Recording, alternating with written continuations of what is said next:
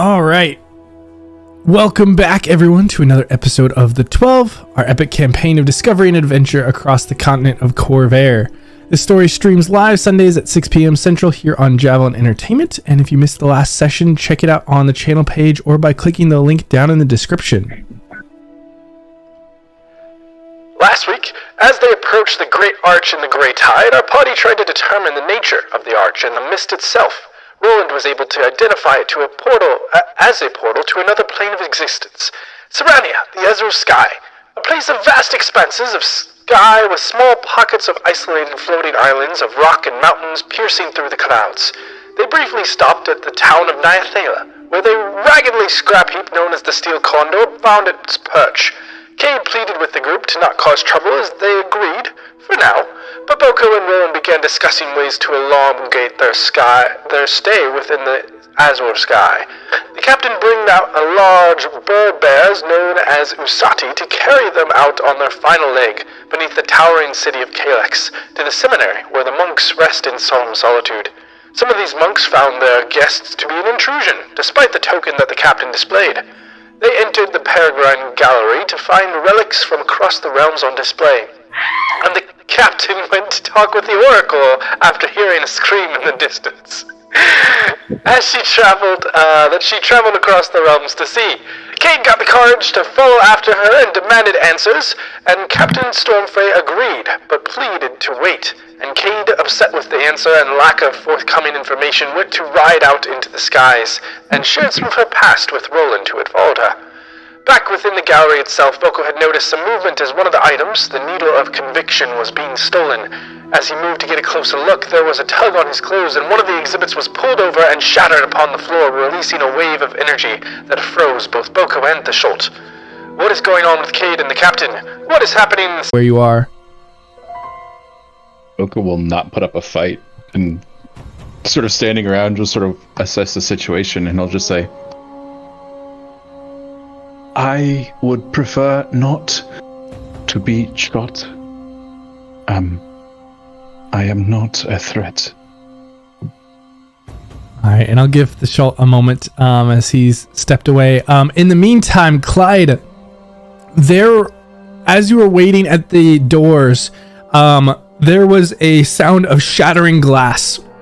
And suddenly, these magical symbols all across the wall started to flash. And you kind of looked around in this fright, and immediately the doors behind you opened up, and that younger man walked through, turning his staff upon you, and you can see magic being focused in the staff as he just looks. What did you do? Hey now, I ain't done nothing to try and talk some sense between two people. Come with me, and what is this?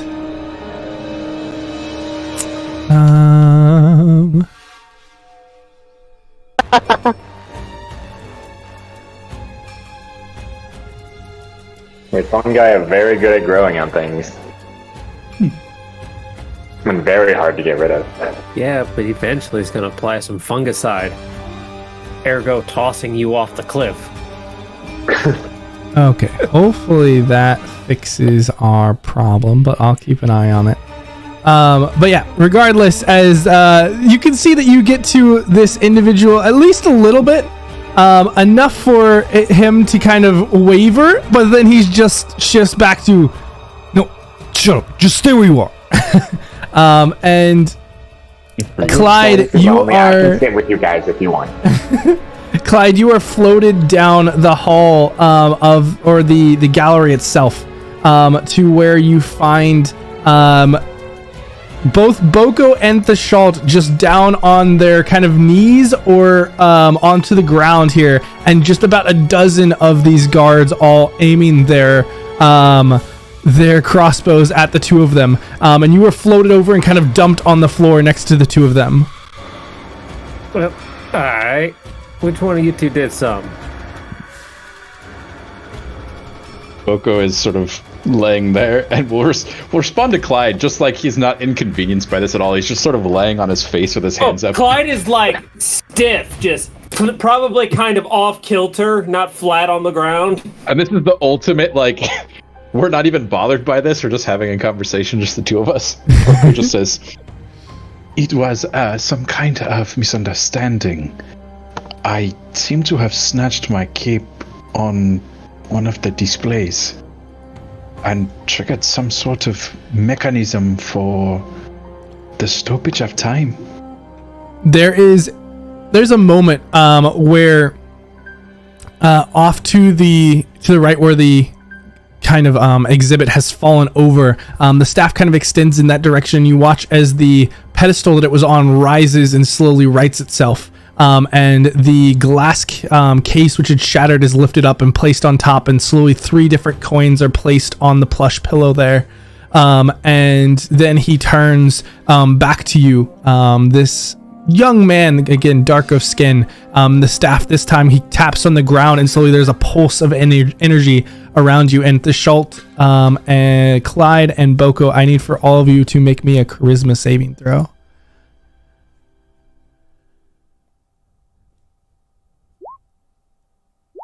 Really poor for me. Nice. Sucks for the other two. So Theschault, you do pass this save, as Clyde and Boko, you both feel yourselves falling under the influence, and know that whatever effect has manifested is trying to push and preventing you from telling lies. Repeat this to me again. What happened here? Boko just says, "It was an accident. It seems my cloak caught upon this thing and knocked it over. But as you can see, we have not taken anything."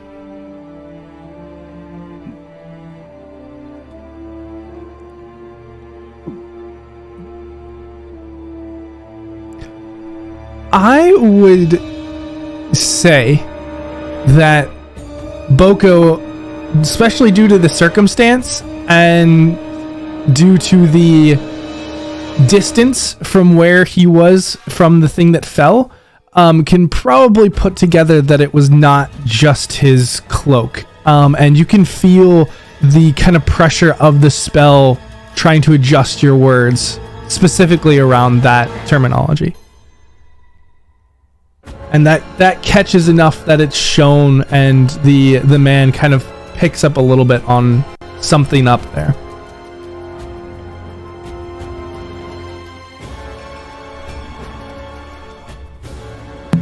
I assure you, my good sir, we have no malicious intent in all of this. And you can see that his eyes, they kind of scan across you, but they're also scanning across the room. What is your purpose for being at the seminary? Following Cade so she could have this talk with the captain. The captain dragged us off this way. I wanted to stay behind in one of the airborne cities. I did not actually wish to come here.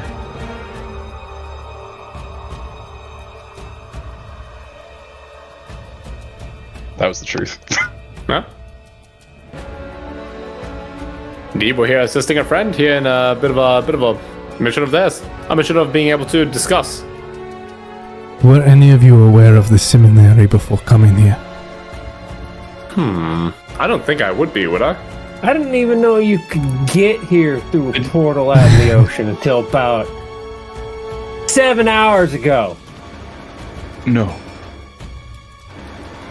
I'd be the same. Somehow I haven't heard of this place either.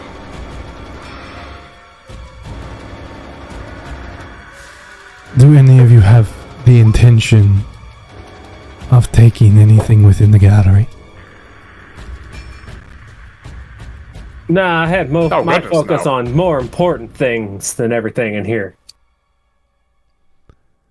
No. Just gotta look around at the relics. Don't get me wrong, there's a lot of good stuff in here, but why in the world would I want to take it? There could be many reasons for this. I suppose so. Well, I reassure you, myself and my colleagues here, to have none of those reasons that you might be thinking. And his eyes kind of narrow at Boko and Clyde specifically as he asks the next question. Did either of you two see where one of the exhibits, this javelin, and he points to the exhibit that has nothing in it, may have gone You to? saw me. I was waiting by the door so I could talk the ear off the captain about how her and Cade had their interaction. Boko simply just says, yes. What? Again, just the eyes peering and almost staring through you. Well, enlighten us where it went. I do not know. It was a portal of some kind. What kind of portal?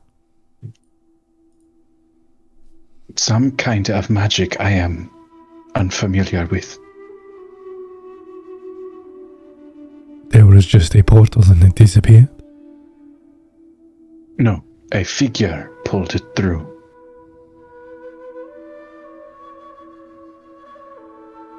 What kind of figure? A figure I am unfamiliar with. Boko, I'd like for you to make a wisdom save at this point. Is he trying to compel me to tell the truth? To say more? I'll give you insight on that based on what you roll. You said wisdom save? Yep, wisdom save. Ooh. In this moment, you just see his gaze through as he's assessing what you're saying. And he continues. Describe this figure. What happened to the portal?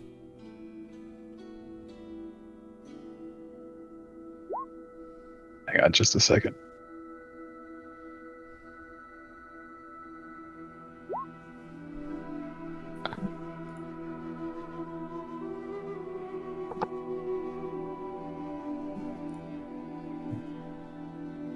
Boko is going to look at this figure and he's going to say, this man, he was wearing a strange garb of some kind. It seemed like clouds. And his eyes, they were a strange, piercing sort of blue. And I can tell you that I did not take any part in this, aside from simply bearing witness.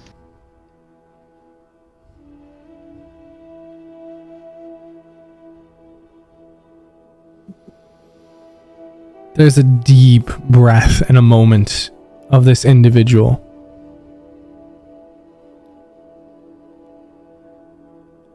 Where did your companions go? The ones that you entered with? Boko simply shakes his head. Wait, you two just let them run off? Once the captain leaves the main chambers, I am sure they will return. I can say with some confidence, they also did not have a part in this. Nah, Cade wasn't in any sort of business betraying any funny sense, it didn't seem like.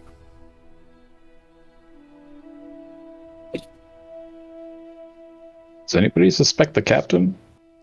And Boko, at this moment, as you look by, you can see the captain kind of standing up at the edge of one of the space between floors here, kind of watching this. She's kind of come down after him.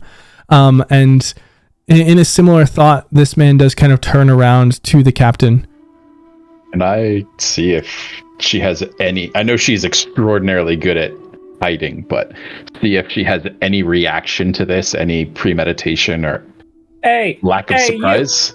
Give me an insight check. I can't move right now, but we are going to have a real conversation when this is over about how that went. Fuck me. And Clyde, your movement has returned. You've kind of been dumped, and the effect on you has faded. Very good. Fuck. Yeah, this is shit.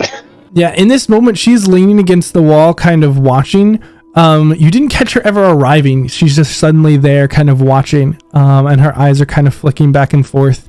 And you can see that they're similar to the man in front of you. She is assessing in this moment, kind of scanning across, but what the intention is or what the motivation is, you're not certain. This man who Clyde Yude had heard referred to as the High Wind Spike or Zoldrick, he turns, looking and kind of addressing everyone. You all will come and we will discuss with the Oracle. Guards, please bring them along. And he steps now up. We can talk with the Oracle. And Boko, as you are looking, you catch him as he says something to the captain. And you can see that there is a venom in the words that he speaks to her, but she doesn't seem to have much of a reaction. You don't quite catch what they say, but you see this encounter happen. And as the three of you are kind of led and walk your ways up behind the captain kind of following suit, you all enter into this large open room. Again, these two great doors that are extended open, and this massive open room where these arches extend out to the cloudy skies around. And there's just a central chair, not like an ornate throne, nothing big or extravagant, but a simple chair. Nearby is some burning incense. And seated in the chair is an elderly man of darkened skin with this robe that turns into this dark purple turban that rests over, and three central silver kind of circular discs rest on sides of the turban.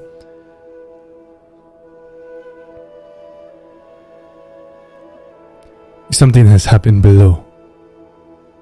The needle of conviction, it is gone. Apparently has been taken. The man kind of just, his thick white beard just kind of extends down to almost begin to pool in his lap as he's seated. And he kind of stands up, and he looks old and fragile, but doesn't walk with any fragility or any hesitation. Kind of steps forward. You all seem like not the thieves that I would expect.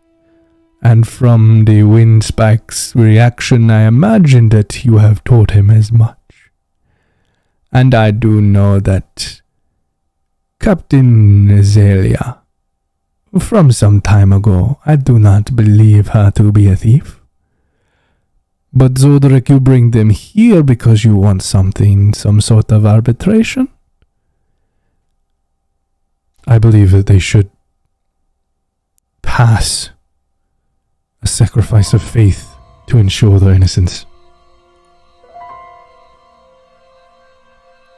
Sacrifice? Glad I bounced. I nominate Roland as my champion.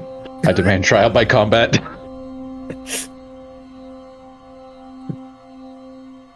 As long as it ain't rain. Zoldrick kind of looks back and forth at you all, kind of gauging your reactions as you hear this. This I believe to be acceptable for the situation. I will go and try to find this thief to ensure that they had no situation. Oracle, if you could please administer the trial. The Oracle kind of waves his hand, and Zoldrick, the High Wind Spike, steps down the stairs, pulling about 6 of the guards away with him, leaving just a handful that remain. Infantry, they're gonna go fly. And the Oracle kind of looks over you all with a much kinder appearance. His eyes are covered by the thick turban, but you can see the smile and the bottom portion of his face. If you all would come with me just to the edge here. You're not going to push us off, are you? No, I will have no such direct interaction. This is a sacrifice. One of you must choose to depart. So, just gotta hop off of this thing here. Only one of you. Clyde's gonna walk over to it and look down. How far is it? You look down and you see a cliff face that extends at least 200 to 300 feet before the clouds cover anything further. Well, heights ain't really my thing, but if no one else is feeling up for it. Please, Is by all means. Sindri there? Where is everyone? Sindri Or is it a still different seated area? at the base door. They're kind of up a higher level towards the back of this building here. Okay. And it is So I can't see Boko. anything. You're probably not close enough to see this. And I'd say that no one at least has been loud enough yet for sound to carry too far. But at this point, you would have seen Jasira, who's kind of made her way back up the stairs and is kind of nearby. Okay. Boko will just ask the oracle, like very flatly. Will I die? That depends on your faith. Faith is a powerful thing here.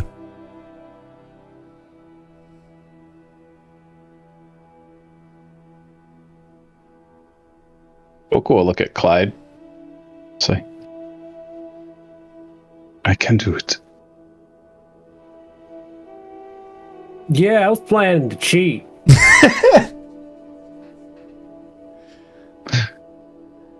Not necessary, I do not think.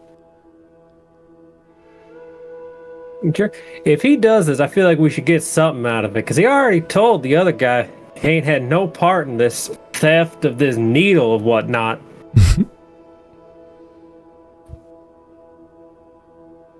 Should I at least get to ask a so-called oracle question? It's not something you get to do every day.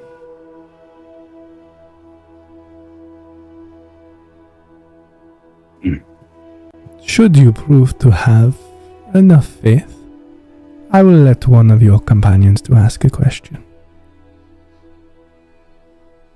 You, I do not think, will be needing it. Me? If you choose to undergo the trial, then no, you will not be needing a question from me. Your faith will have been proven strong, but your companions I will give the question for your sacrifice. Roland would have been great with this, with that whole cult thing he's into. Boko will just look at Clyde and he'll say, If I die, a problem, or if I leave, a problem will be solved. If I die, many others will be solved. Nah, but you see, there's the whole problem there that then you die. What is the Schultz reaction to all this? I'm mostly just confused. I'm really used to everything being a little more straightforward, I guess. So when it comes to all this oracle and fate and whatnot, I'm just kind of like, all right, huh.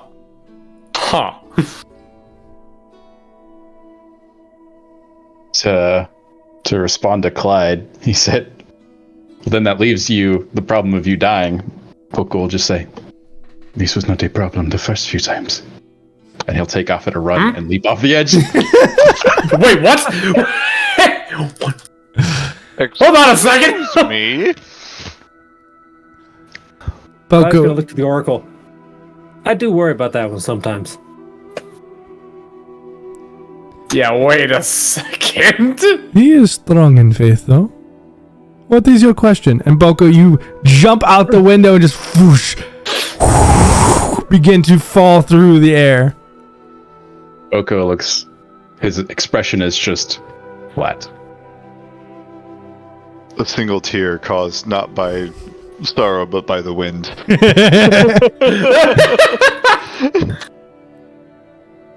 Boko reaches into his bandolier and pulls out a small timekeeper. Okay. But Clyde, the oracle asks you what your question is. Oh God. I'm gonna have to ask a question. Clyde's gonna look at the oracle. Same question I've asked every wise person I've ever met. Well, after a certain time. If someone's not worthy of redemption, how can they find peace?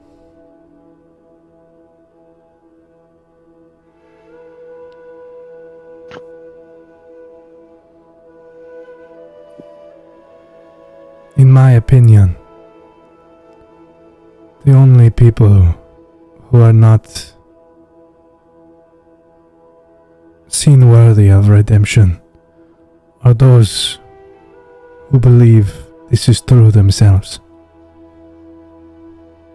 For them, the battle is internal. It is up to the individual to determine what is satisfactory to have made up for what they believe is keeping them from this redemption.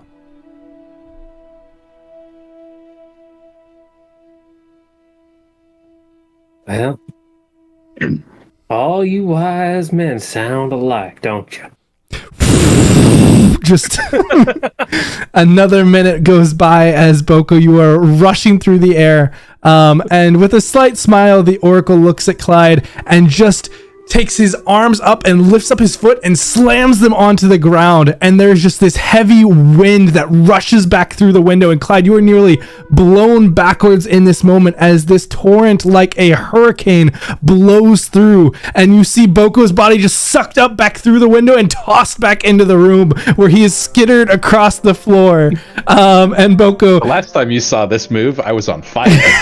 Boko, as you spin around, you kind of look down at your timepiece. 1 minute, 12 seconds. Boko is just laying there on the floor, sort of staring up at the ceiling. Hey, Clyde's gonna go over to Boko. Hey, you alive? You good? Fell for a long time. It is a good thing that your friend did not ask a question that required a more extensive response.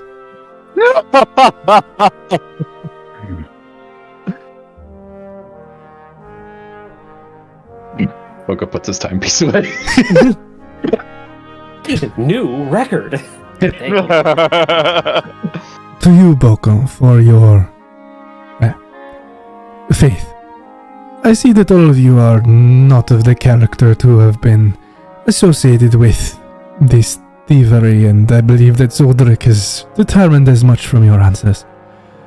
From your communication and determination of for this test, you all have been found in far excess. Boko, please extend a humble courtesy from the Seminary and an apology for being involved in this event. Any item on the bottom floor of the gallery is yours to select. What the shit? Now, this is Goes only up on very first the wall. bottom floor, and there are 3. So this will be some of the, at least the degree is slightly lower, but there are still numerous items to choose from.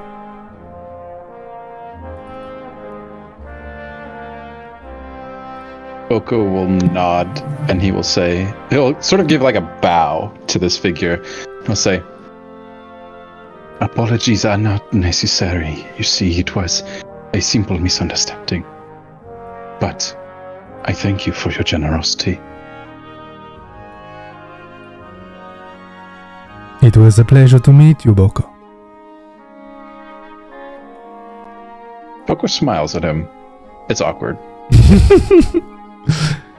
It always is. Yes, indeed it is.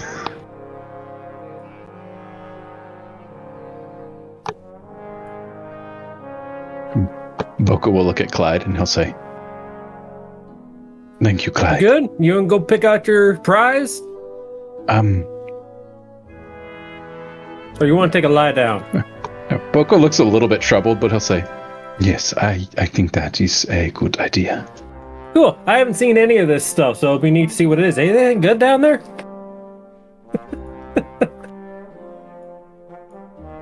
So as you, the 3 of you, kind of begin to walk down, and the guards let Sindri and Jasira return within. There is a handful of items here, Boko. You see the sword titled Skunk that did kind of release the odor when orcs are nearby. You saw this music box with this conch shell that was referred to as the Song of the Siren. There were 2 tomes, one that is a first edition of The Reign of Machine Knights by Nova Scott, and one that is listed as the Codex of the Death's Head Company. There is a case of 6 different rings. All of them have some sort of tiara or crown, and each of them is in a different color: red, blue, yellow, green, purple, and white. There's also a coin collection with 3 distinct coins.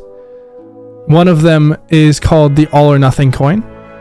One says an onyx coin from the Valley of the Dead, and one has gold coin in quotation marks.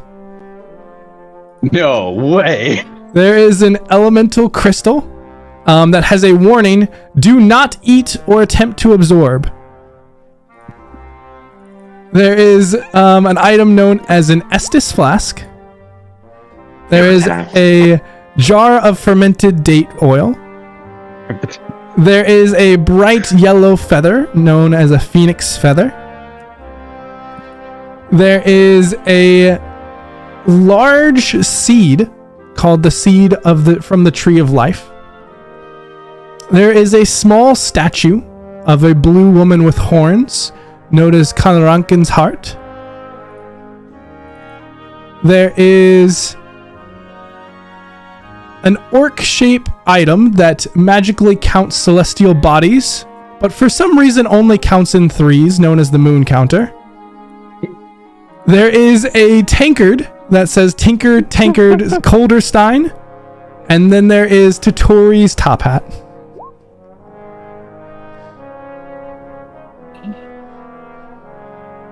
And those are all of the items on the first floor.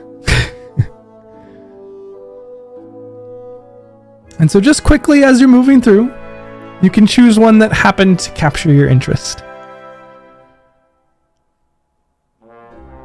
I think I'm going to go with the seed from the Tree of Life. I think that would be interesting. I was very tempted by the Estus flask. But the seed... I wanted to see if we could get Sindri to eat the thing that... Oh my god, no!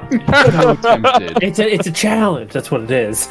And Exactly Only the what would strongest happen. could eat. You don't know how strangely accurate that statement is. the oracle... This is character 2.0. The oracle comes down, and together 2 other monks come nearby, and they all begin to do an incantation. And you see as magic is released, and they slowly lift off the glass top and retrieve out this seed from the Tree of Life, and the oracle hands it over to you. I hope you put it to good use. Boko just holds on to it, but sort of reverently tucks it into a pouch on his bandolier. And he sort of thinks for a moment. Thank you.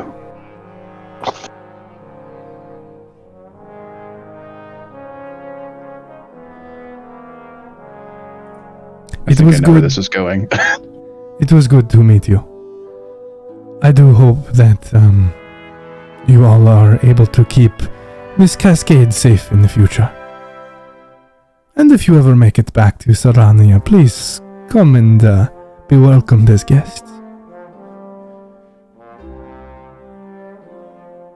Oh, next time we won't get the full treatment? The wind spike is quite protective in his duties. You must understand that many people come to try and reclaim these artifacts for various purposes.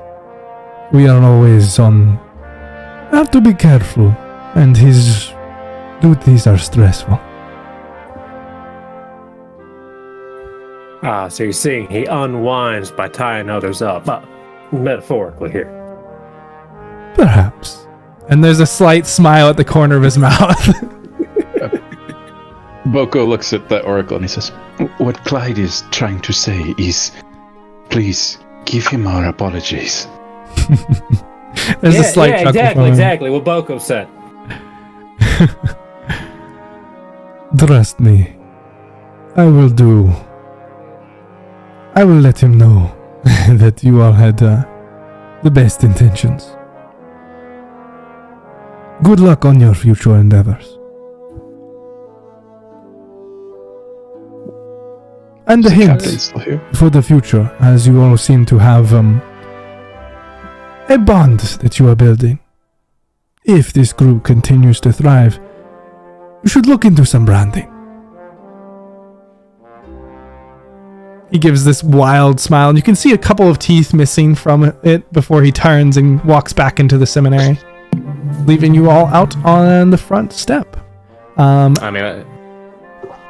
a big fan of branding. It's about this time that you see a couple of the Usati kind of soaring in from the distance. Nice and slow. Cade and Roland, you are slowly flying back when you just see these giant winged creatures begin to spread out their wings and kind of burst through the clouds nearby. They are probably double or triple the size of the Usati that you are on, and their wings extend out far longer than their bodies, but they are large bird-like creatures with spikes along their spine, maybe a few inches tall, not very big, but clearly denoting that they are not just simple birds, and their entire neck and torso is armored, and upon the back rides armored individuals, and they kind of sweep by, and you see just this pulse of energy as they go, but they don't seem to stop you as they fly by. And you see two of them that are kind of on the edge, that you can just peek as they're passing through the clouds, probably about triple or quadruple your speed, since you're going fairly slowly.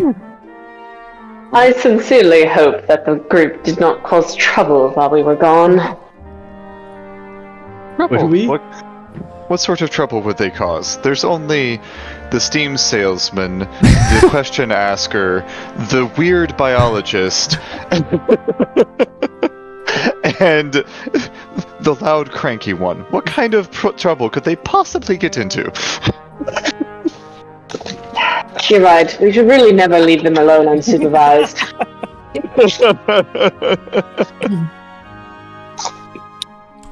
As the two of you set down onto that small circular stone platform, Cade, Captain Stormfae kind of is waiting there and steps up in your direction. She doesn't say anything at first, but just is waiting there for you. Cade doesn't start the conversation. Cade will just glance over everyone and see if there are any sheepish looks.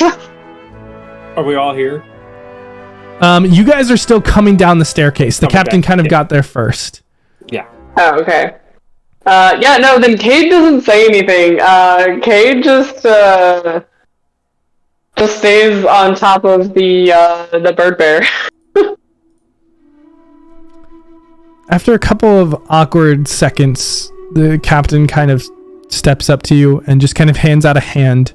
And in it, there is a small circular amulet. It's fairly simple. It's just a stone amulet with a kind of smaller stone on top of it, but all in gray. Just a basic black cord. This is for you. I'm sorry. I know that things have not always been clear, especially as of late. And I appreciate any respect or allowance you may still have for me. And I appreciate the trust in waiting for answers to come. I promise they will be coming. But until then, have this.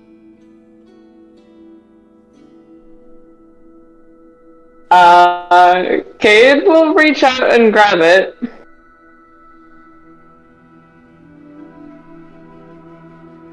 What is this? What does it do? It's an amulet. I hope that you will wear it, and I think it may provide you some answers. As long as it's not a tracking device, I'm far too old for that. Beep, beep, beep, beep. I wouldn't hope to try and track where you go. I just always worry about keeping you safe. And I know that doesn't make up for things. But You know what keeps people safe, Captain? Information. Knowledge is power, after all. You're the one that taught me that.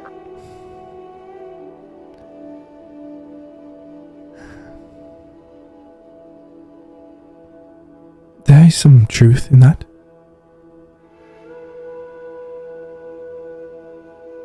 But at times, knowing too much can come at a detriment. There is also the phrase that ignorance is bliss. And I encourage you to try and explore this idea until I can give you the answers that you seek. But until that time, that amulet, it may do what I cannot. Ignorance is bliss, so something comes falling out of the sky and crash lands you on a deserted island. Oh, for that one we have the shit happens. Dude, what's on a small smile? The captain at that point steps away and kind of steps onto her own Usati. Still close enough if you wanted to say something else, but... This doesn't fix anything. But I'll always afford you respect as my captain.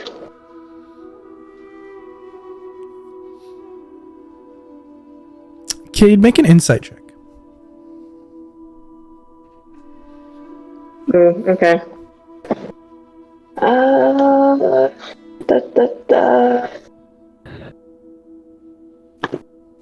Get things pulled up. Come on. I don't know, my laptop's being a little butt. Okay, insight.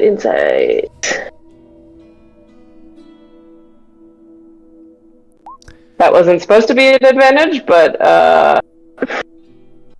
oops, I had wrong settings turned on. 15 ain't bad. What?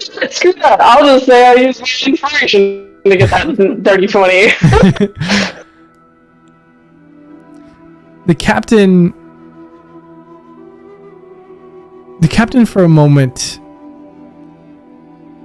is quiet, and you think that she's about to leave without saying or responding, and it seems like there's something that she wants to say, but instead she just sort of nods and shifts the topic, looking over at the others who have made their way finally down the staircase. I appreciate your all devotion. We will be headed back now. I apologize for any inconvenience. That was certainly not expected. But you all handled yourself marvelously, and from what I hear and see, I've been compensated justly. Shall we be on our way? Cade glares a little bit towards, Boko. Boko seems like the most likely one to have caused trouble. He's also holding a new item. Yeah, what is this? Well, Cade will stare at Boko and be like... Boko looks directly back at Cade and goes, I stole it. No, he did. Boko, you can't say shit like that till we're gone. No, some dude came up and took their needle of infidelity or something. Boko jumped off the tower, and then the oracles saved him and let him choose a toy. You know, They didn't do anything. I honestly Where have have you no been? words. I need I some went air. outside.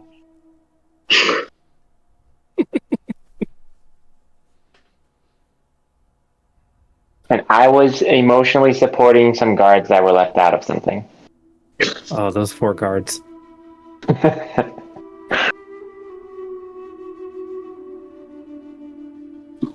Well, Now, can we go and spend some time in the clouded city like you promised? I don't believe I promised anything of the sort. I was not talking to you. Cade looks at the captain.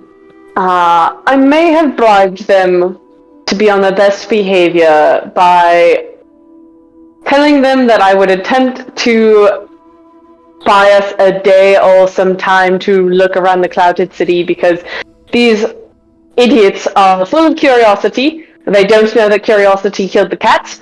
And I'm concerned that their 9 lives will run out without supervision.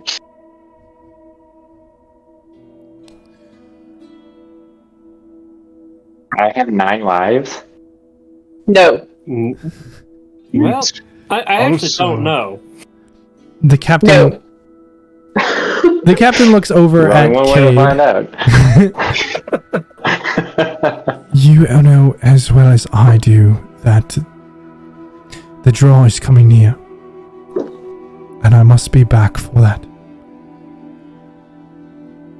Perhaps an hour? The day is. And Cade puts on like puppy dog eyes of like, please save me. The day is not yet half full. We can make it back to Niathaela by midday, and you all can explore this town until the evening. Is that acceptable? And she asks it as a question, but it is more a statement. It is not, actually. We wanted to see the city. The city is certainly off limits. There is too much that can happen there, too much that can go wrong, too many places that you could get yourselves into. I cannot guarantee your return if we go into the city, if you go into the city, for I will not be waiting for you. Sindri turns to Cade while saying, well, luckily you're not the boss of me, Cade. Sindri, we're going to go back to that first town that we saw where our flying ship awaits us, and we'll explore there. Not keeping your word. Interesting development. And Sindri's No. gonna walk forward. Sindri, I promise that Starts you walking guys... faster as she responds. Just baiting her into it and then running away. Get that out of your mouth. Running away about 3 feet to the flying animal that he needs to ride. Oh no, Cade... Climbing on top of it. Like, nope, I'm Cade? leaving this with me winning the conversation. We're not continuing this. Oh no, Cade establishes a psychic bond with Sindri and helps Can I fight him... that? No. God damn. And then sternly tells him in his head that I promised you would be able to explore the town that we first landed in. I am a woman of my word, and I have kept my word. That sounds strangely similar to a talk that I imagine the captain had with Cade at a young age. Maybe. My, do the How does Cade feel about turntables. these similarities? Oh, goodness. Grumpy. He says it and then just gets a horrifying expression. Oh no. All right. So as you all depart away from the seminary, or the Kalex Seminary, you make your way back up above the clouds, seeing the massive, beautiful city of Kalex. As it fades into the distance, both Cade and Boko do pick up these large winged creatures that are just sweeping through the clouds in multiple different directions. You see about 4 different groups of 3 of them. So 3 groups of 4 that you can see just kind of scattered around the outskirts and moving away from the city. But you all are able to soar through the sky, and before too long do come back upon this small town. Again, kind of scattered across the mountaintops here, you see the red trees that are breaking forth from the stone and the small buildings with their blue wooden roofs. And you land back upon the wide sky dock here. And Willie is standing there. Ah, so are we ready to set off? They would like to explore. No. We promised the children a chance to explore the town. A few hours more, Willie, if there is anything you would like to do as well.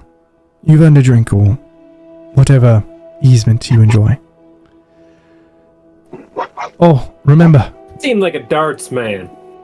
Please ensure that you are back here by the time the sun goes down beneath the clouds. It will not depart entirely, but you can look over the mountain edge, and when you cannot see the sun itself, please return. We must be back quickly. So, is it below the cloud or below the mountain? And if it's the cloud, is it like the cumulonimbus cloud, the stratus cloud? What? How do you know what clouds are? Just use the mountain, it's much simpler. read books. Sindri, one of us will make sure that you get back on time. You will not be left unsupervised. I don't think I like that.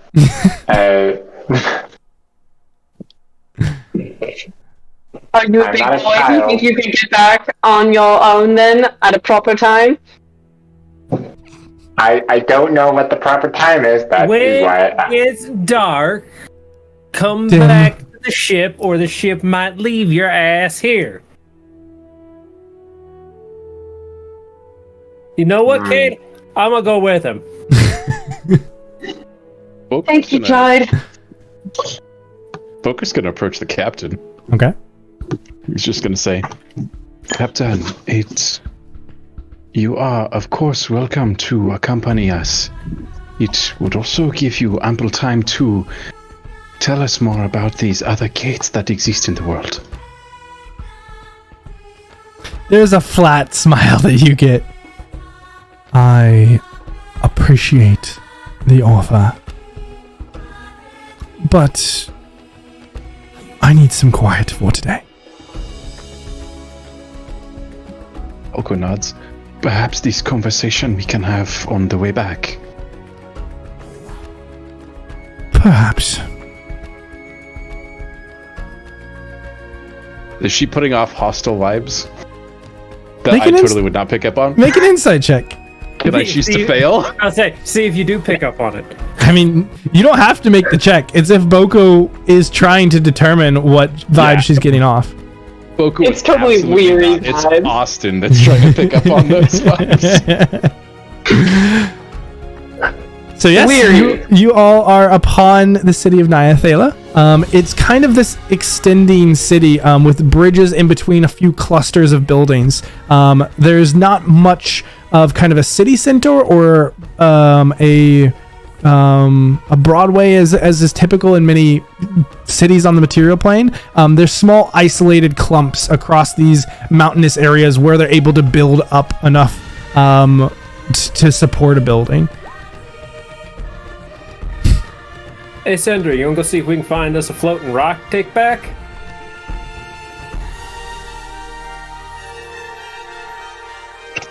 Wait. We can take floating rock. Yes. Perhaps another giant silver dish.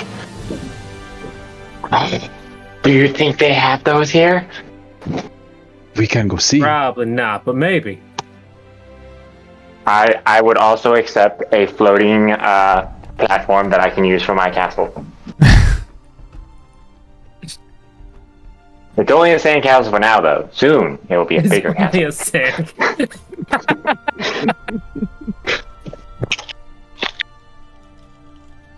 Dream big, start small. That's what I've been A told. model of a castle can go on it.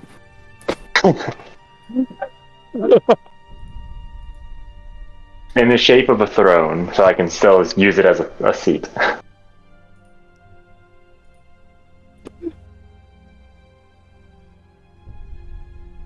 We can call it the Stone Throne.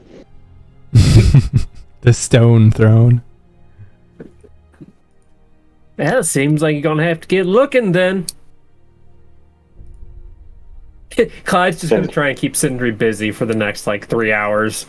And on this dock, you guys see that there, as you guys bring back the Usati, there's maybe a handful of other Usati, but there's also about 12 different of these large stork-like birds, just white feathers, long orange bills that are large enough for individuals to ride. And you do see a couple of them that are being ridden between different buildings of the city.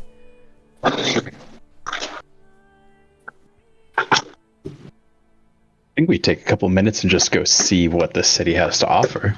Yeah. Okay, kind of walking down from the dock, there's these stone stairs that are carved into the side of the mountain. They're just big enough for you to kind of walk through, and you get down to the first kind of cluster of buildings. There's maybe 3 here, and it looks to be a very basic marketplace, trading different sorts of food, some sorts of linens or material, and other kind of basic essentials. And there is a long bridge that kind of goes off to the next cluster of buildings.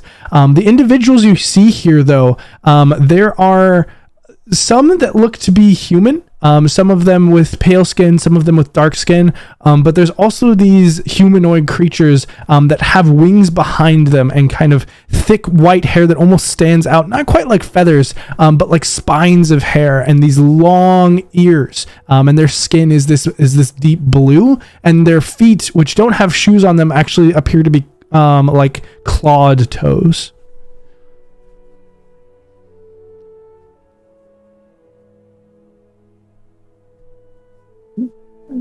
Think the first couple humanoids that they would pass, Boko would try to ask them a question, if that's okay. Sure. Boko would just approach and just simply say, I am a visitor from far from here. Is there some building of knowledge here, some library or anything of the sort? Roland, don't forget your rope. Here. This woman turns to you, and she's in these tall black boots and in this bright red kind of jumpsuit with this golden cloak that kind of falls over her back, green cloak, and this kind of golden jewelry across her arms. But her hair is this bright platinum white, and her skin is this light, soft sky blue. She turns to look at you. She doesn't seem to have any non-human features outside of the color of her skin, but she smiles. We do not have any sort of library. Our traditions here in Niathaela are oral. Thanks, David. Can always count on you. I said nothing. But your eyes spoke volumes. Can't see David's camera. God damn it. What? He's up for me. Ever. I can never see it. Yeah. It's He's just there. ninja Like an being dumb. issue and not an ishme. Wow. Wow. Took that personally. He left. Yep. But yes, Boko, you see this woman, and she lets you know that they don't have any written types of histories, but do have kind of stories and songs that they give.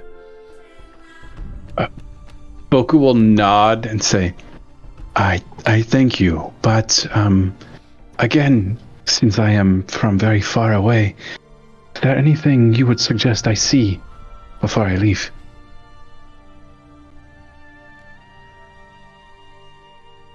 She thinks for a moment.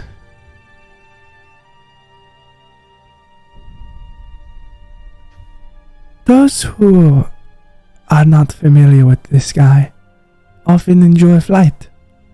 there are these creatures on the dock that you can rent, or there are some you can tame on the far mountainside. It gives a more true sense of the sky when you ride a beast that is itself wild. You feel in touch with what this place is. Boko looks at Roland. Death. This place is death. Got it. Understandable. Boko nods again. Thank you. He looks at Roland. You're still trying to be on my left side, aren't you? No. Almost. Are we pivoting Boko again? is going to sidestep into view and look at Roland like, That'd be terrifying. no. I got to experience the being in touch with this place a little bit ago. I'll pass on that one. Is there, like, you said the traditions were oral. Is there a local storyteller who tells the histories in the city square as the sun sets? That would be my sister, Ksenia. She is found by having the long music pipe on her back. Long music. Okay. I will look. I only have a few hours. Her music and stories as the sun sets is one of my favorite things about this town.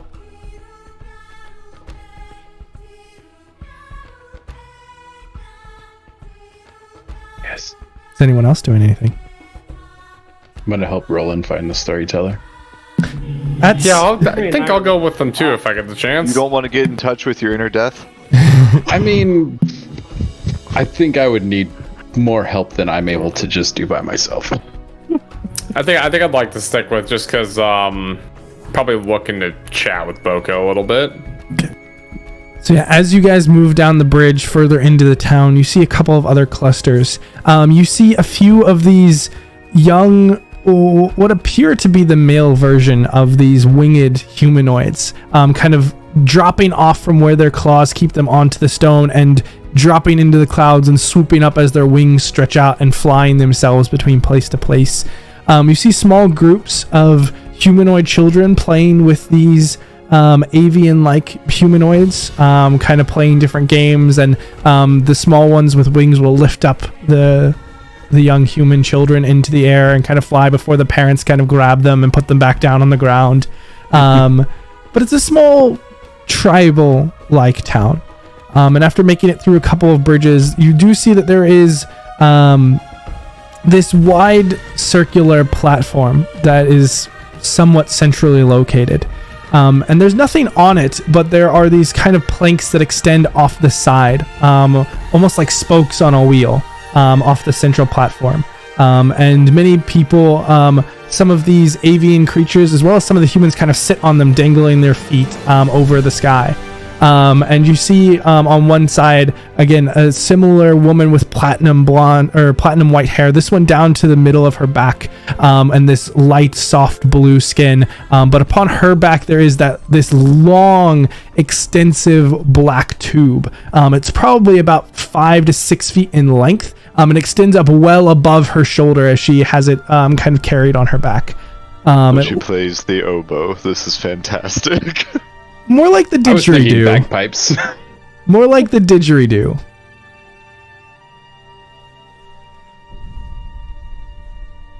But yeah, she's just kind of standing around talking to people at this point. But Theschault, did you say that you had something that you wanted to talk to Boko about? I just lost David's cam again. I can still see it. Yeah, so can stream. Noah, did you have anything that you wanted to talk to Boko about? You said. Yeah. So just while we're traveling, just kind of shout out to Boko here and just look at him. So that thing back at the Oracle. What in the world was that? That jump. It was yes. a jump. But why? Maybe that's just the easiest question to ask. Oh, I do not know. Either I would die upon the rocks or the ground, or I would not. See, you and I are both, well, men who have done a lot of calculations, and I'm just saying, looking at that, the needle leans a lot further towards one than the other. You would be surprised. That's exactly why I'm bringing this up. Because I am surprised. Yes, even as you think the math is in favor of being splattered upon the rocks, I am not. And how do you know? I do not. That is the beauty of it. And yet you trust that it won't happen. Trust is the wrong word. Fear, perhaps. I do not fear it.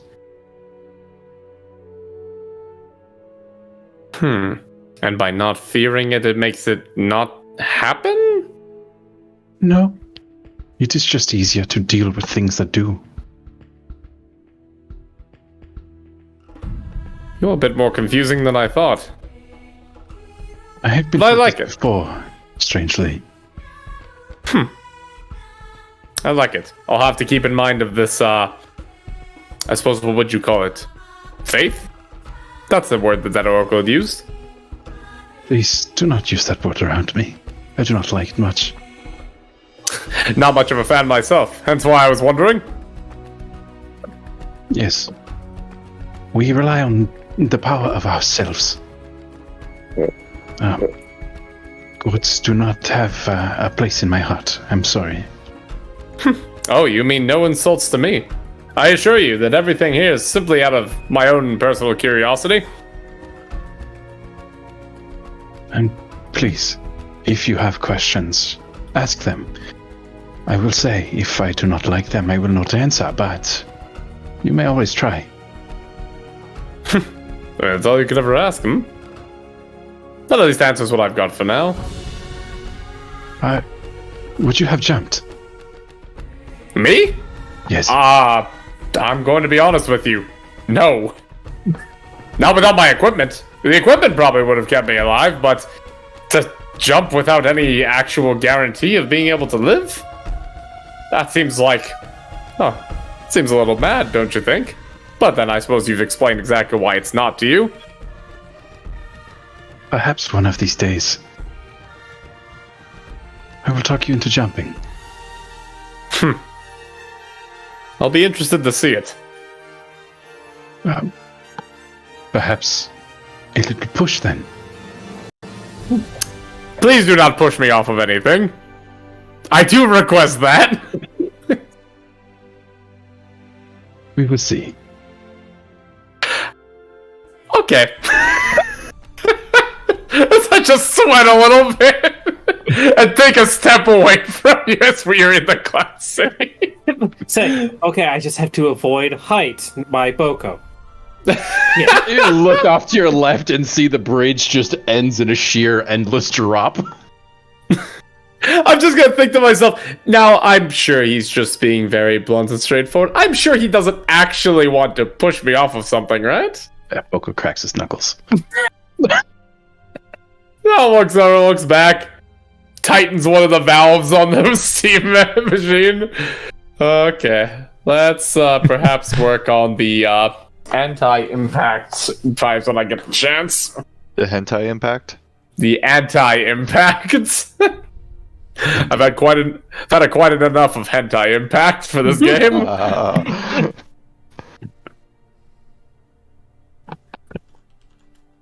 And you said this storyteller that we're approaching is already surrounded by people? There are a few people out there, and she's just kind of standing and talking to a couple of them.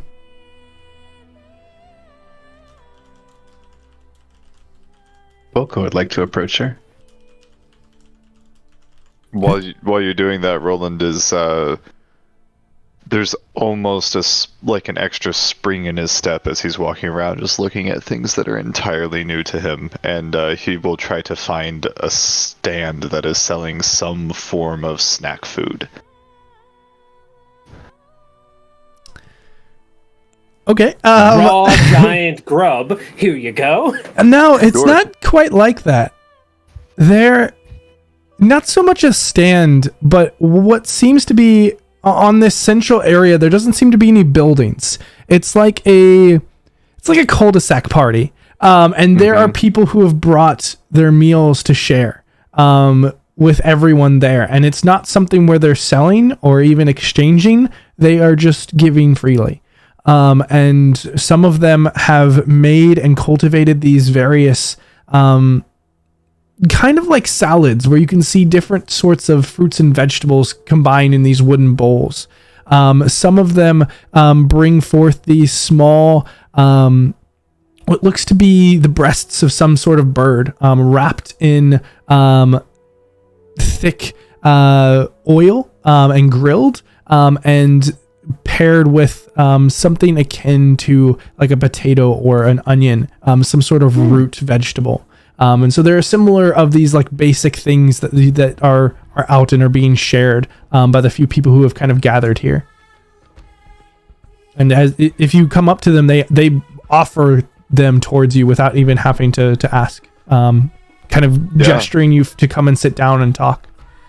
Yeah, I'll get some like mixture of like nuts and fruits in one of the like the little lighter salad type things and offer payment in silver. One of these avian creatures, just the thick blue skin, the wings folded back behind them, the white spine-like hair, she smiles at you. She begins to speak in this language, and one of the humans nearby, a pale skin, again, that bright white hair, looks at you. She says that she doesn't have any need for your metal. Oh, is there something... I'm new here. Is there something more accepted for trade, then? Stories of where you come from are always welcome. Stories. The female avian creature just begins to nod. Well, then. I am from a far land, beyond a gate in the sky. I've spent my life walking on water, using large wooden shoes.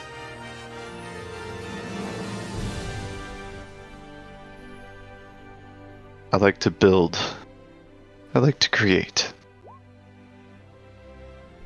But I found that people who create are often preyed upon by those who cannot. So I've taken to creating ways to stop those people. The girl, the human girl, begins to kind of translate, and as you get to that last part, she kind of stops for a minute before finishing. The avian woman, who looks to be older, kind of turns to you and begins to speak, and the younger girl translates. She says that here, that Azure Sky above, it's like a divine tapestry. Each of our floating islands are a treasure to us. Here, time stands still, and there's no need to enact will or break bonds. In this place, we let our voices be raised so that our memories can resound. Where our hearts are binded. We sing so that we remember, and we remember so that we do not fight.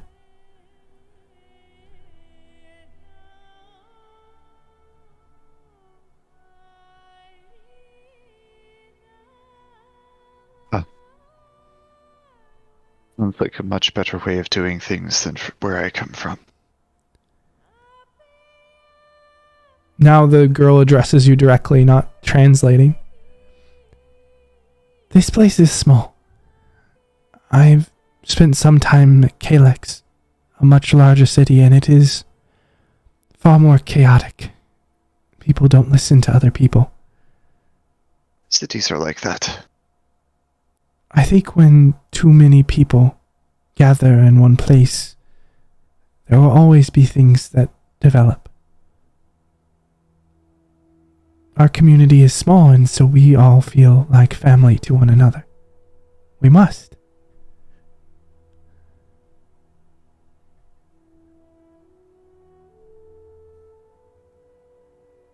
Family.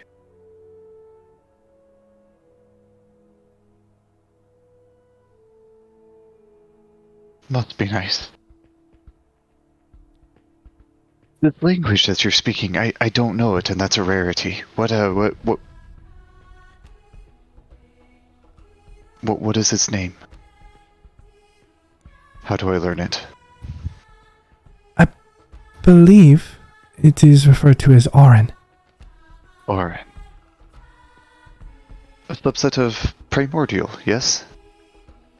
I'm not sure. I've run across the name in a book or two. Well, then perhaps you know more about it than I do. It's... Most of us some of us are taught in both tongues. That of the travelers and that of the Aarakocra people. And she motions over to the blue-skinned avian female. We help to translate for those who come through. To help offer them a glimpse into our community. Well, now that's a noble task. Thank you. And she kind of blushes slightly.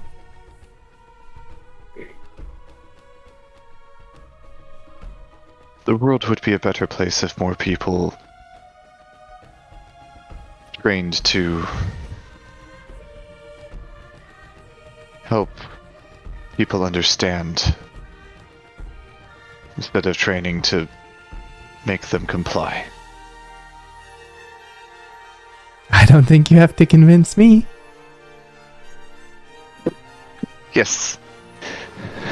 Well, thank you very much for the food and for the stories and the conversation.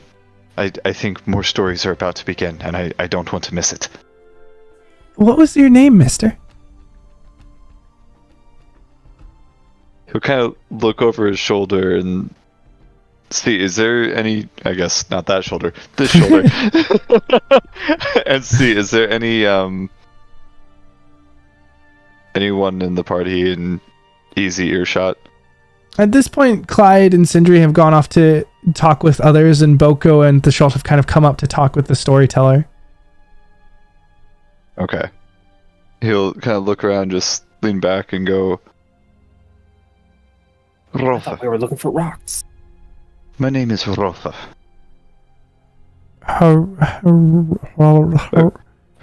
Rother? Rolf would Rolf. be I don't think I've learned that thing in the traveler's tongue yet. in another more common tongue, it's Roland. Well, nice to meet you. My name is Niathaela, and this is Iska. Lovely to meet you both. They give you smiles as you begin to make your way back. And in the meantime, Boko, you had kind of stepped up to this storyteller. Boko will approach and just sort of give her a small nod, almost as if asking permission to approach. She kind of acknowledges it with a tilt of her head and kind of wraps up her conversation again speaking in this RN language, and kind of dismisses the two people she was talking with and turns to you. Well, hello, traveler. What is your name, and what can I do for you? My name is Boko Kana, and I am very clearly not from here. That would be putting it subtly. I had the privilege of running into your sister, who upon asking, told us to seek you out. As we understand it, you are a keeper of knowledge. Yeah. That is very generous. I'm a singer, a storyteller, but I suppose so. You see, a place like this, a small village, it is familiar yet alien to me, and I seek to hear your stories if it is okay. Of course. Do you have specific questions, or shall I sing you a song? A question, if you know it. Do you know anything of the Tree of Life?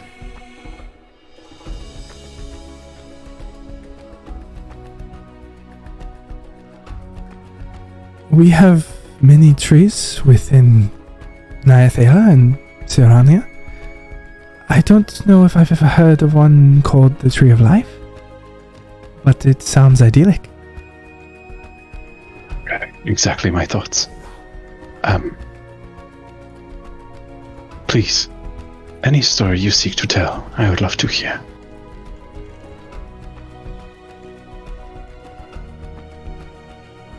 Well, and please sit back and allow me to do my best. Boko will sit down sort of cross-legged and just close his eyes and just let the story wash over him. Where skies embrace the land, our hearts are light like feathers in the breeze.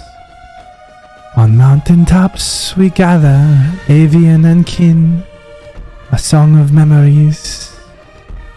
Let the melodies begin. Our home so dear, among the clouds we have. Through song and dance our spirits soar, in harmony forevermore. As the sound of her singing stretches out across around, and eventually she pulls off this long pipe and kind of sets it down beneath the large disc, and as it begins to play these deep, bassy, resonant notes, it vibrates the entire platform, and you can feel the notes reaching through your feet and up into your bones. It's peaceful as the sun begins to get lower and lower. Clyde, Sindri, Theschault, is there anything that you all are doing at this time? Clyde's gonna go and he's gonna try and just talk to everyone. Just anyone who has any sort of understanding of common at all. Mm-hmm. I'm gonna cast comprehend languages on myself. Okay. Just to try and get the little bit of story about this village and these people while he's here, trying to keep Sindri from wandering off too far. Sindri is going to try to find a floating rock that he can take. Okay. All right, Clyde's going to hand Sindri a rock from the ground and say, Sindri, we are on a floating rock. Every rock here is a floating rock. Have fun. Guess what, Sindri? You're flying. Slap Sindri on the back and go talk to the villagers. Sindri will throw the rock off the ledge to see if it floats. It goes horizontal. That was your floating rock. It's gone. Boko's gonna run and leap off and try to grab it. Are you actually? No, absolutely not. I was like, maybe he's got some sort of grapple hook or something. I've already conquered my fear. Sindri just got infinite skips. Sindri picks up another rock and sees the same thing happens. You grab it and throw it out and just floats horizontally out. Sindri will grab a couple rocks and put them in his pocket. Yeah, you grab a handful of rocks and stick them in. I love that there was a rock thrown and there was silence, like, does not compute. Clyde, as you begin to talk to people, you get a similar understanding that Roland got. That this small town nestled in the mountaintops of Syrania, it's a harmonious community with tribal buildings, this close-knit community of these avian creatures known as Aarakocra, and these humans of many different skin tones, dark and light and blue. But it extends this sense of peace and natural beauty, especially as the sun it's almost like an internal sunset. The sun never quite sets behind the mountain, but it's just blocked where you get those rays of orange and red that stretch over and kind of highlight the red of the trees on this small village. And there's many communal spaces here. People share their resources. They emphasize the importance of cooperation and harmony within the community. And this central plaza is a spot for social gatherings, for these cultural celebrations, and for any important discussions. A place where, as issues arise, they are dealt with in front of the entire community, and where people are encouraged to address issues and problems as they arise, and are awarded for being able to tackle those difficult aspects. And oftentimes the understanding of maturity of their young, whether they be human or Aarakocra, is whenever a child comes up to someone else to solve a problem, that they are recognized as a member of the community. Not necessarily a recognition of adult versus child, but that you are now a full member of this community. They don't seem to have any something back to the community. Exactly. They don't seem to have any demarcation of this is a child, this is a teen, this is an adult. It's just whether you're a part of the community or not. And you can see that they are willing to accept and include any and all who come.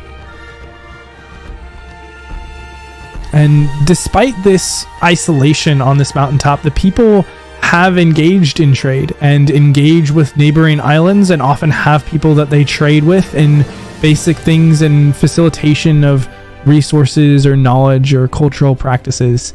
And they are seem to be quite interconnected with other similar communities across this plain.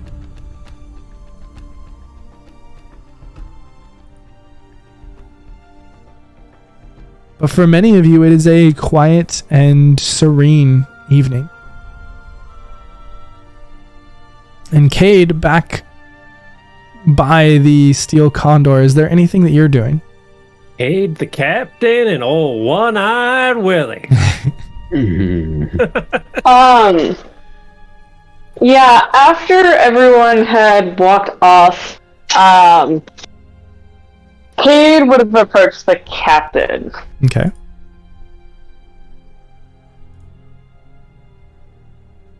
I know you said you had wanted some time to yourself. It's been a long day. And Cade's like fidgeting, like it's awkward. But would you? We don't have to talk or anything, but maybe we can grab a piece of like fresh fruit and find a vantage point to overlook the village, and we don't have to say anything to each other. We just, sit and look. It seems like a really pretty place to sit and look and eat a thing of fresh fruit. Why don't you grab some fruit from the town, and I'll meet you on the ledge down there. And she kind of points a little ways off, up on the side, kind of apart from the direction where everyone else had headed and apart from the main dock, but kind of up towards the top of this mountain. There's no buildings over there. It's just kind of a ledge with a small grove of trees out looking over where the sun is. That sounds perfect. And yeah, Cade will wander back into the town, and she'll have approached one of the vendors with the fruit. It would be funny. She would probably approach and like listening to the language. Would start off in Aquan, and then realize that the dialect's not right. And kind of like try and like ease off back into like base primordial and see if that dialect goes smoother. Yeah, and with languages in this particular setting, the primordial languages are linked, but only at their basic root. And so there might it's similar to like Spanish and Latin, where you get these derivations of words, and you have words that are similar, and they kind of look at you funny, and kind of like there's pings that recognize, but it's not fully comprehensible. Okay. Yeah. So yeah, it'd be like a French person going to a Spanish town. They can usually get by, but it's not perfect. Yeah, you can understand like thoughts and ideas, but you can't really understand what they're saying. Okay. Yeah. No. Cade will approach in like kind of broken Aquan primordial and ask for like basically like, give me what's the best native fruit that you got, and use hand gestures. You walk up to this woman, and she's got this soft, very light skin, again with that long white hair, and she just kind of smiles and responds to you with the first within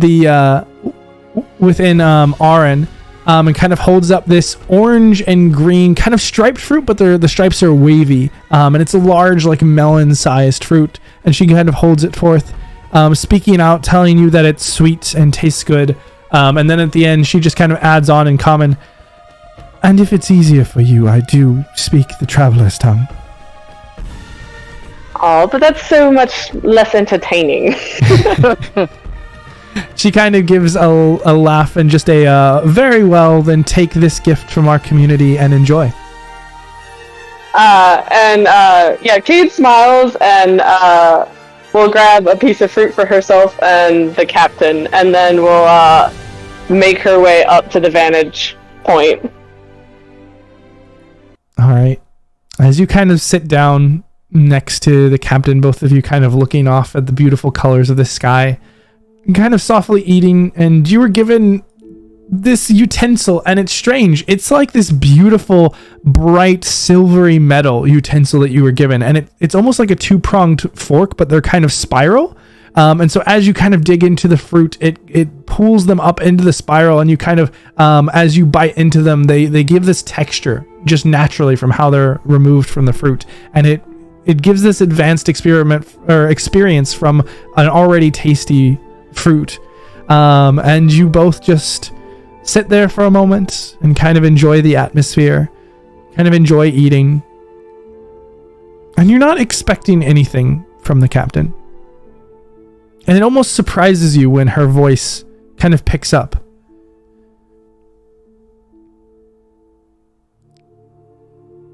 It seems like you found a good group of people. Like well, you always did have a natural affinity for making companions. Those on the crew were always so fond of you. They're an interesting bunch, I'll say that. And Kid kind of smiles. I'm not so sure that we would have picked each other out of a crowd, but seem to have formed under dire circumstances. What is the saying? Under pressure, you can make a diamond. Something beautiful comes out. Under pressure, I would agree. I think that some of the best bonds are those that are formed in dire situations. When I was young, I had a band similar. You may have noticed my familiarity with the Oracle. Believe it or not, he traveled with me when I was much younger. Hotera and I were close friends when we were both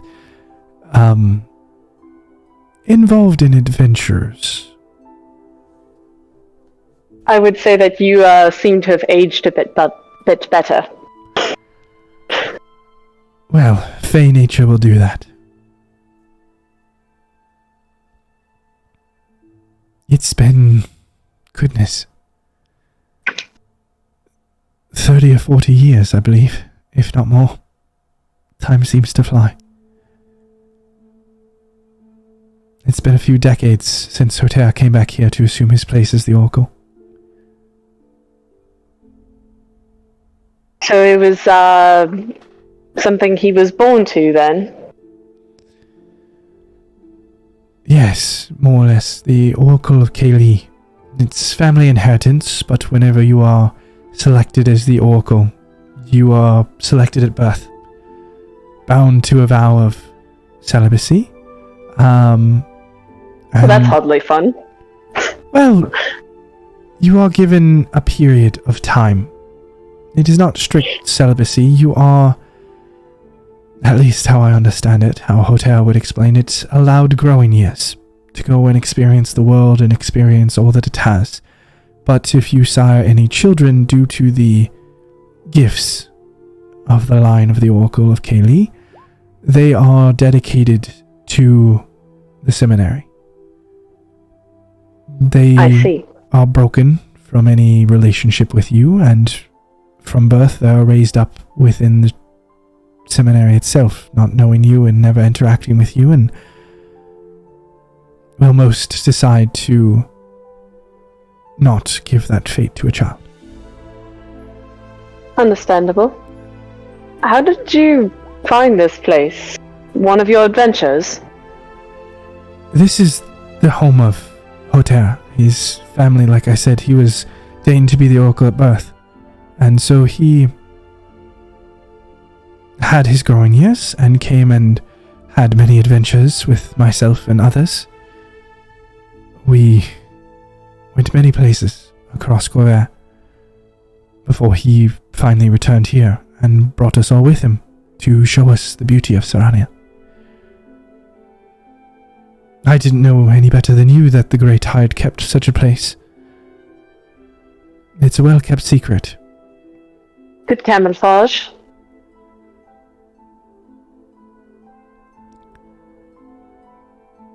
The mist itself, it affects all who can see.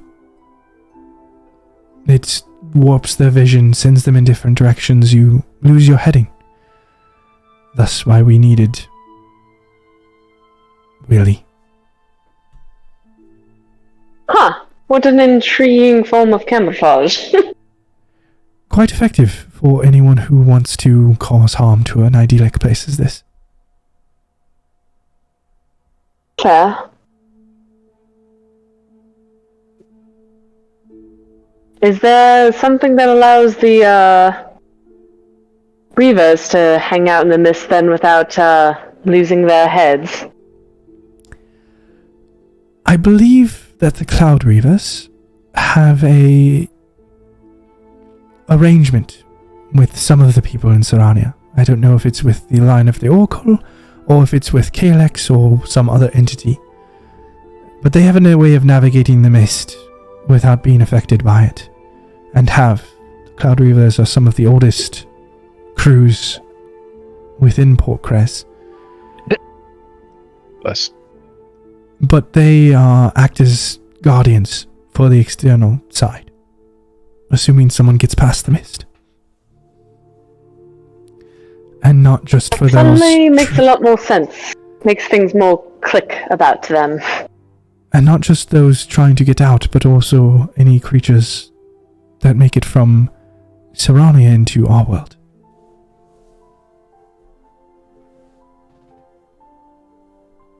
Yes. Flying bird bear might raise a few questions. Is it really so different from the creatures that we have in our own world? No, but curious minds, curious determined minds would wonder of their origins. I'm sure there are many minds who theorize and know of its existence, but for now the nature of the plane makes, as well as the protections, keep places like this.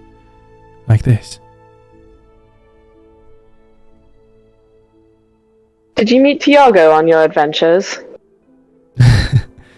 No, Tiago is much younger, well, and older. We met only a few years before you came into my life.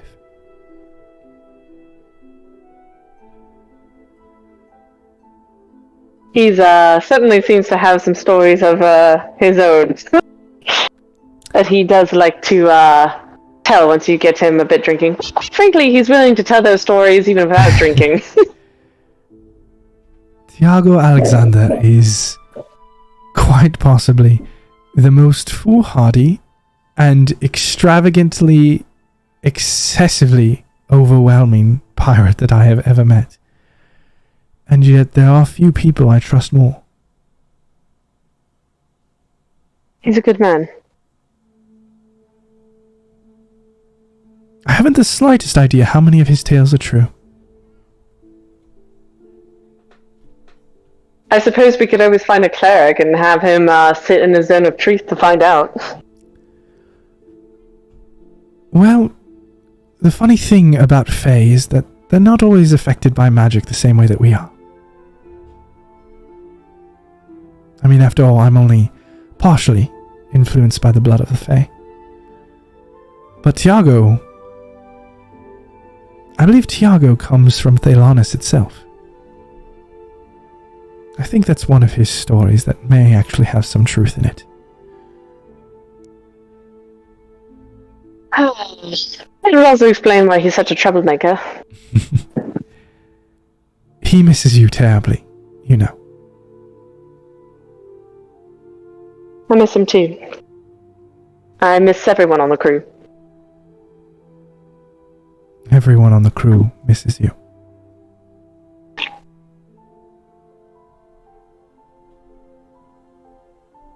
As these words are shared back and forth, as the sun kind of falls behind the mountains and the rays of red and purple and orange stretch across the sky, eventually everyone makes their way back to where the dock is and slowly loads up into the Steel Condor.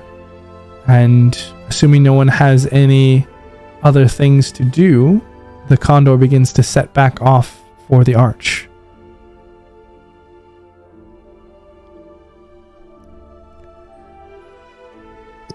It's not long. They'll just be in the stern of the ship, watching the island disappear as they sail away in the sunset. Okay. It's not too long before the rays of light fall behind and a darkened arch lays ahead. And the Steel Condor passes through and you once again enter this world of deep, thick mist, traversing back the direction that you had come. This time, as the mist stretches out, these visions of serpents and dragons, the colors, they are deeply disconcerting, and yet at the same time, knowing and certainly with Cade's encouragement, they don't have the same effect as they seem to. You all are able to steel yourself and push through as the creatures crash into the Steel Condor. You hold your wits about you, and One-Eyed Willie obliviously continues to pedal on through the mist. Boko's still afraid of the mist. Fuck that shit. It is still something that twists and turns your stomach, but as you sit kind of within, it seems to not hamper you much as you pass through. is there anything that you all would like to do in the downtime between leaving the town and making your arrival back on Port Cress? Would the captain be amiable to tell us more about the other gates that You are present in this can world? certainly try. Yeah, Boko will give it a shot. We'll just approach and say, Captain, you were saying there are other gates present in this world. Would you mind telling me more about them? I can tell you what I know. Please. Do you have detailed questions? No, I can't say I have much experience with the other planes. To be honest, neither do I. I only know a few things. Here and there. Some details that I have picked up along the way, as well as encounters. Mostly by chance. As I understand it, there are places in the world of Eberron where the other planes mesh. They pass together and they open some sort of portal or gate. Sometimes this gate is small or wispy or nearly impassable. Sometimes as the planes ebb and flow, it becomes more intense. Some of them don't have any sort of gate at all, but is just what we refer to as a manifest zone, an area where this plane's influence is more intense. Where these manifest zones are strongest, these portals are sometimes passable through to other realms.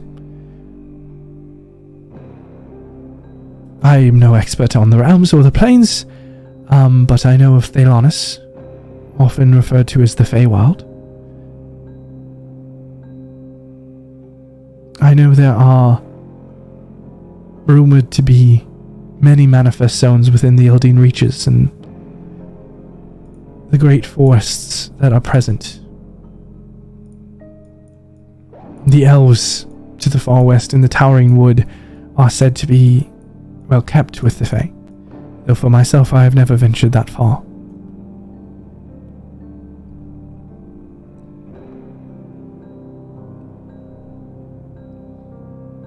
And I would like says. Yeah, I would like you to also roll me a persuasion check. Okay.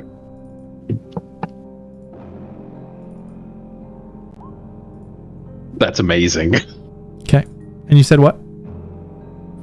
So she said the Towering Wood, which is the Great Forest, and then she said there was maybe one or two other places that she said. So she was familiar with. She's only mentioned the Towering Wood, and then she kind of looks backwards. Of course, there's the pass through to Syrania that we just made it through. I've heard of elemental temples that lie within these manifest zones scattered across Corvair. Stories from passing travelers, but I've never been there myself. And there is a rumor. Are you familiar with the Isle of Greenton? Boko shakes his head. The Isle of Green Tongue? Greenton. Greenton. It is to the north within the Lazar Principalities. This chain of islands that we are back to now. Greenton is where nearly all of the gold for all of Corvair, including the 5 human kingdoms, is created, minted, moved. There's a large city there known as Regalport, which is said to be overflowing with gold. It is rumored, perhaps not within Regalport, but somewhere within Greenton, that there is a manifest zone for, I believe it is the Twilight Forest. A land rumored to have wealth and gold beyond all measure. Now, those are just myths and legends, and who knows which of those are true and which of those are false, but it is quite an interesting tale. I'm sure you can agree. Boko nods. The more time I spend with you people of this world, the more I come to enjoy your stories. Are you not of this world, Mr. Boko? I do not know yet. And he'll walk away. 2 steps, sits down on the other side. Faces to the other side, get real close to Roland, looking out the back. Yeah, he does have a question for Roland. Roland didn't go. Roland, what do you know of the Tree of Life?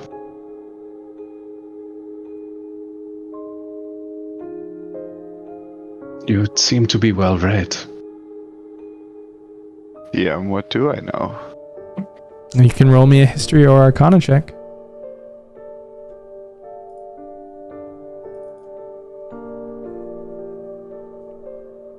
We'll go with history.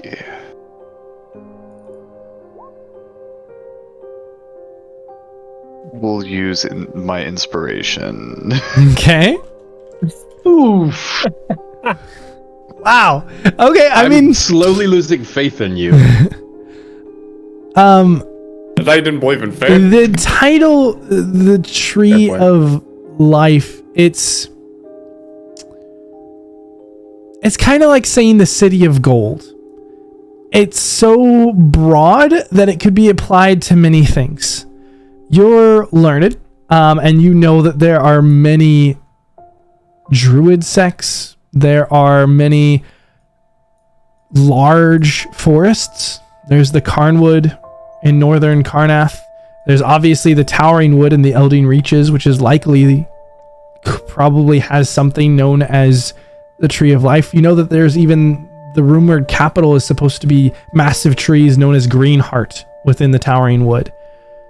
And that could be a likely place, but you've never confirmed it to be a place known as, or an entity or specific known as the Tree of Life. It is, there's plenty of references to it in myths and legends, but nothing singular. And there are numerous forests and places where it could be across the Has Clyde continent. ever heard any depiction of the Tree of Life that is like this? That a seed that comes from it? Like, is there any legend that's talked specifically about the seed of the Tree of Life? You can also roll me a history check. That's all I wanted. Hey! Would you look at that? So yeah, there are... Heard from another guy. Well, it's very common to have myths, especially in rural places, about agriculture in general. And so there are many things that talk about the trees of life or the tree of life. There are many creation myths about it. There are many people who talk about gifts from the seven of giving trees of life that help bring prosperity and sustenance to cultures and communities. There are dozens of stories and bardic poems about it. All of them typically focus around the aspects of giving life, of giving prosperity, whether it is healing or whether it is fertility or whether it is abundance of food. It is some sort of physical prosperity and abundance. Boko, I think you're supposed to eat it. Boko will look at Clyde and say, I do not need to be healed. Yeah, well, it just makes you strong, though. It just gives you a bountiful healthiness. I also do not need to be strong. I do know of a place that does, though. Perhaps a place that can be returned life. No place that's all dead? I know a few. Yeah. Any of them real important to you? Yes. Yeah. Then you might just want to hold on to that there. I will keep it safe. And I think I'm just gonna spend the rest of the trip with this and see if I can glean any information about it, specifically about its purity. and see if it's been corrupted at any. Because that's just my luck. Things that are corrupted. 99.99% tree of life, 0.01% corn. Make me a nature check. Let's see. Wow. Ooh. Oh yeah. Oh, You guys know don't all need about me. this. I'll be over. No, you're pushed into the corner. You can't get away.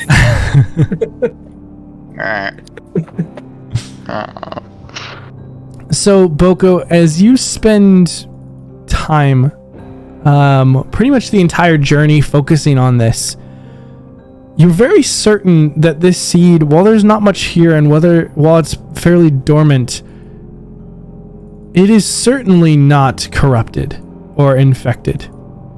This is something that is incredibly pure and incredibly natural and is focused around that restoration.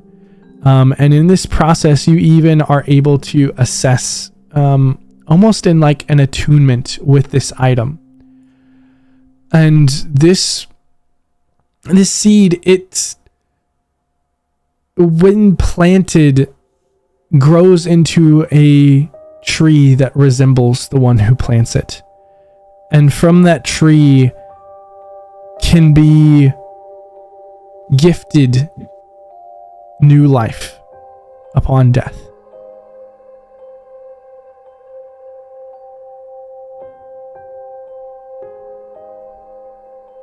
Interesting.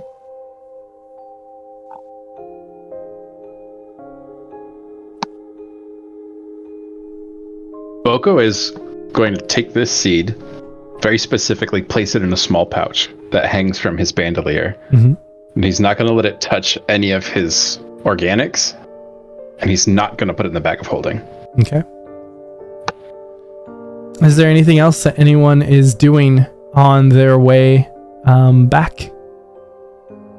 Well, since Boko decided to ask, Clyde's just going to spend the entire trip talking about the different myths and legends involving the Tree of Life for everyone to hear. Okay.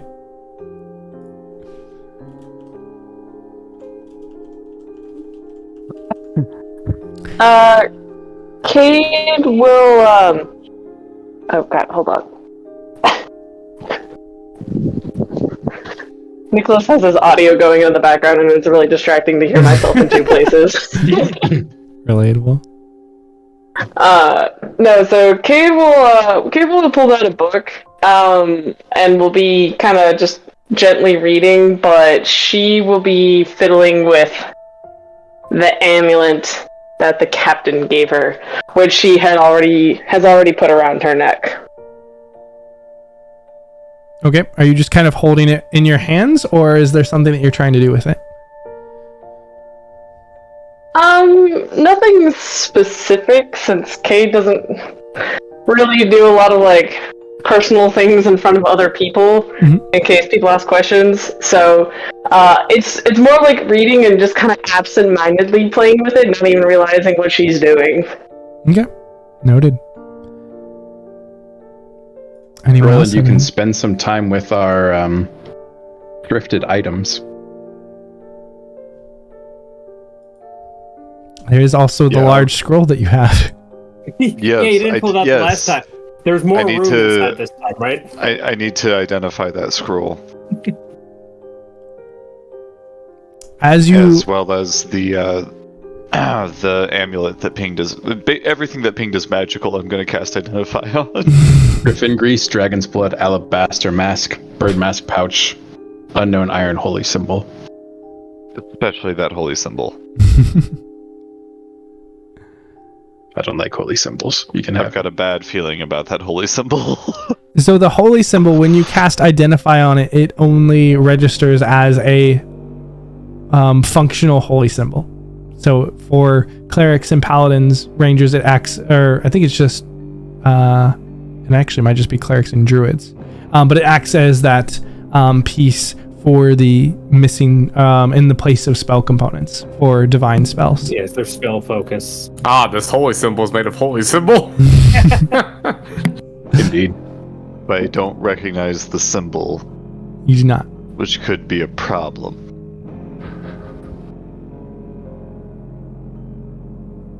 We'll squirrel that one away for later. Okay. The Griffin Grease, as you cast identify on that, it is a fairly low level item.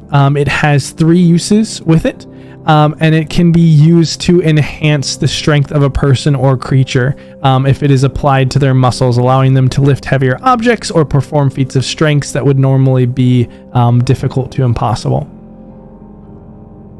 And so mechanically, it increases your strength by +2 to the modifier, or to the score. Excuse me, +2 to the score for 10 minutes, and it's got 3 uses. And then for the alabaster mask, that mask is a mask of transformation. It can be used to transform the wearer into different forms or disguises, and can be allow the wearer to pass undetected or gain access to certain places. But it is considerably larger than a human head. It's about 50% bigger than would fit on a general human face, and kind of curved backwards slightly. So to make it even better, we put it on Clyde. He could wear it like a fucking shell. Yeah, it's gonna be my breastplate. As you pull out the scroll and unravel it, there is a large picture, kind of a scrawling of a woman, and it's kind of the top portion with the top portion of her chest kind of etched in, very boisterous, her hair kind of flowing, and above the top it says Scheherazade, and on the bottom it says, "Come see the most beautiful woman of the world." I stole this guy's pinup art. Or advertisement. Stole his Playboy. It just stretches. It is giant. Like, it is a huge billboard-esque thing. Yeah, Cade kind of looks over and is like, "Yeah, Roland, what do you have there?" She's a I was looker. hoping for more. More? Clyde's like, "I'll take it." What, you want a body pillow?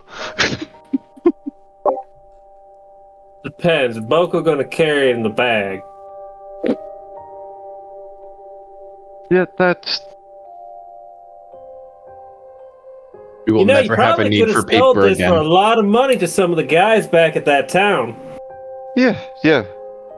Possibly. Maybe we shouldn't sell it in that town, because I stole it off of the skeet cash that threw you across the table. No. I meant the one with the Aarakocra. They don't get a lot of this. They would like that. Oh, that's so funny. I don't think They share things. I'm sure they have a smut artist somewhere. That when you become a community member is when you get to go to the smut archives. Yeah, when you become a community member, you get access to the cloud. Wow. that's why they're all so happy. They don't need money. Get out of here! That was a good one, and you I thought that was really good, actually. You get no boo from me. Undamaged. Mac. Man, so you got what? 3 coppers and a pin-up poster. Yeah. Like I said, I was hoping for more. Well, I'm sure she'll look lovely above your bed. Yeah. Clyde, all yours. Boko's gonna put his hand on Roland and say, "Perhaps when we get our own vessel, you can use it as a sail or a flag." But we bought a flag. This is true. A sail then. I mean, we can just sew this onto the flag. But I think I'll find a nice spot for this. Preferably a private place that the rest of us don't have to watch.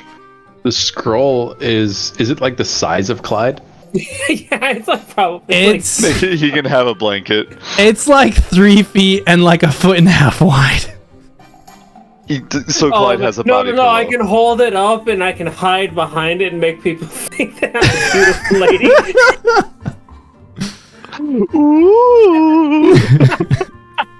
But yeah, it's big, bold letters across the top and bottom, and right in the center is this. Not the best sketch, but like a solid, like not quite cartoony art, but very stylistic. Like when you've been at sea for a few months, it'll fucking do. yeah, yeah. It still very much evokes a beautiful woman for certain. It's certainly not ugly or poor drawing. It just doesn't seem to be a proper, probably representation of the actual person. Well, that's going in my inventory. Thank you. And there was no magical ping off of it. Are you casting like detect magic or anything on it? Identify. Just identify on the scroll. Yeah. Casting it on the scroll, you do not pick up any sort of enchantment or piece kind of related to the scroll, and it doesn't seem to have any magical properties. Okay. Worth a shot. Maybe there was a map hidden under there if you spoke the command word. What, you want to borrow to speak sweet nothings to her late at night, Roland?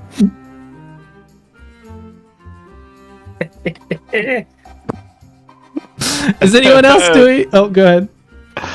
Yeah, so I guess you'll be just gradually throughout the days that we're on the ship.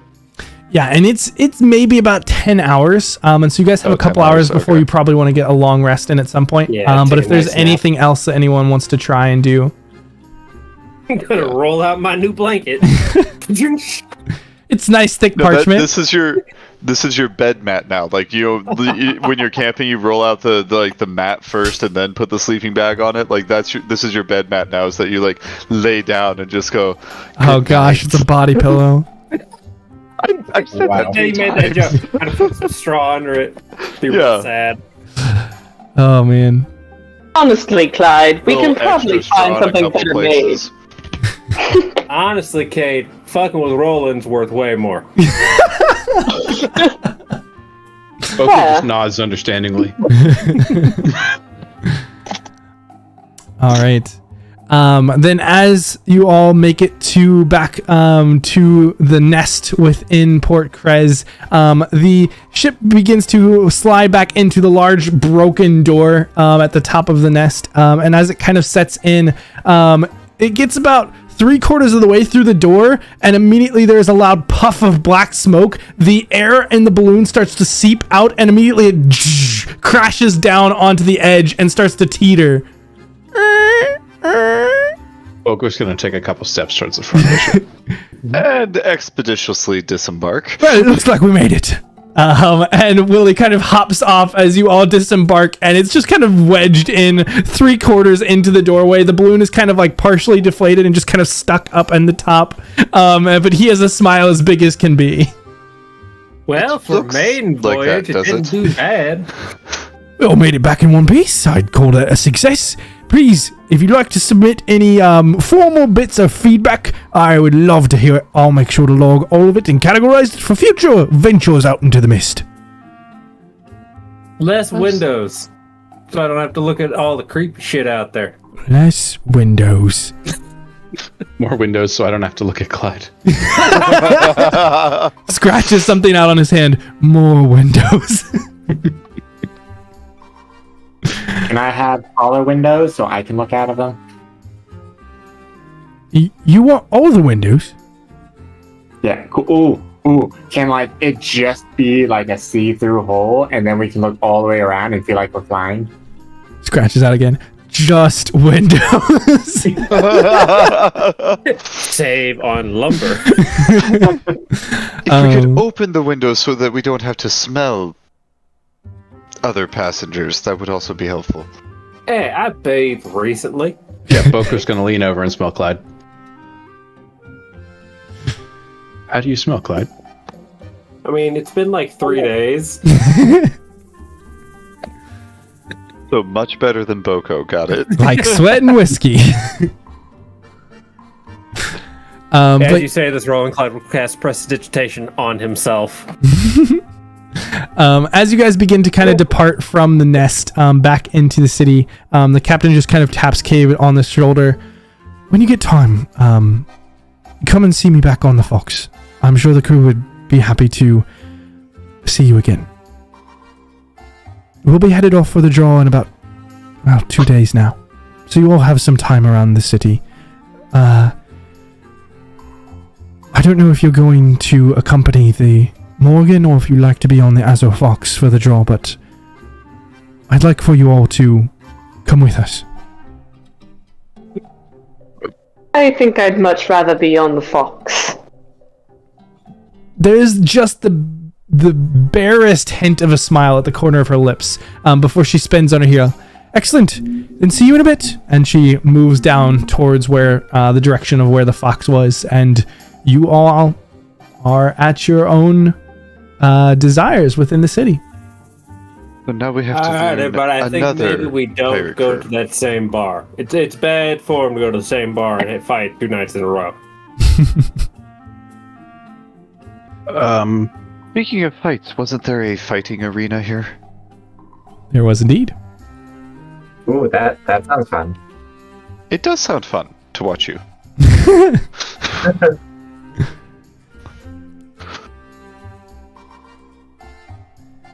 I vote for that. I would also like to watch. However, I think Theschault, myself, and Jasira should spend some time creating this prosthetic for Tove.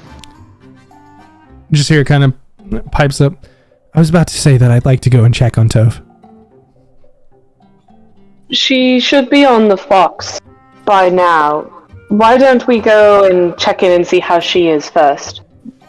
And then we can go watch Sindri get the snot kicked out of him.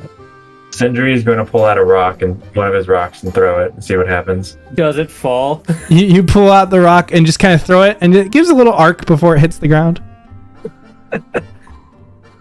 I feel ripped up. You didn't get the special rocks. You have like 4 other ones. One of them's bound to work. No, it was only the first one he threw. That was the special rock Clyde gave to him. Gaslight Sindri 2.0. If only you'd swallowed it instead, then you might have been able to fly.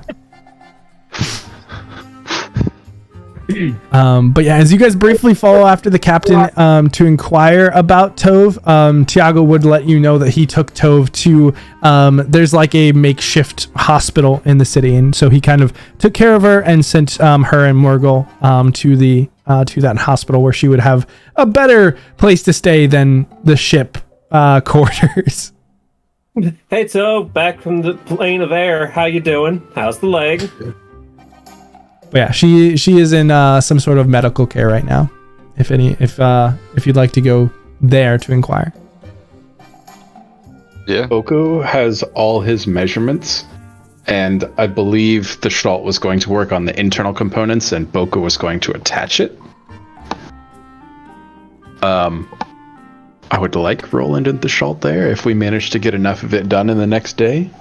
I do. I'm optometry now. There. Hey, a leg's a lot like an eye. No, Boko only wants you there so he can watch you become sick during the operation. What makes you think that he's going to become sick? Because it's Roland we're talking about. I'm just kidding. He's very accustomed to the sight of blood. Especially yours. That's a really good point, actually. All his damage is done by very close proximity. All his damage is done to me. Hey, I've killed multiple enemies with daggers.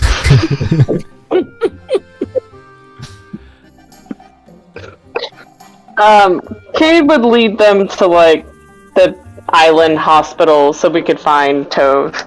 Okay. As you guys, let's see if I have.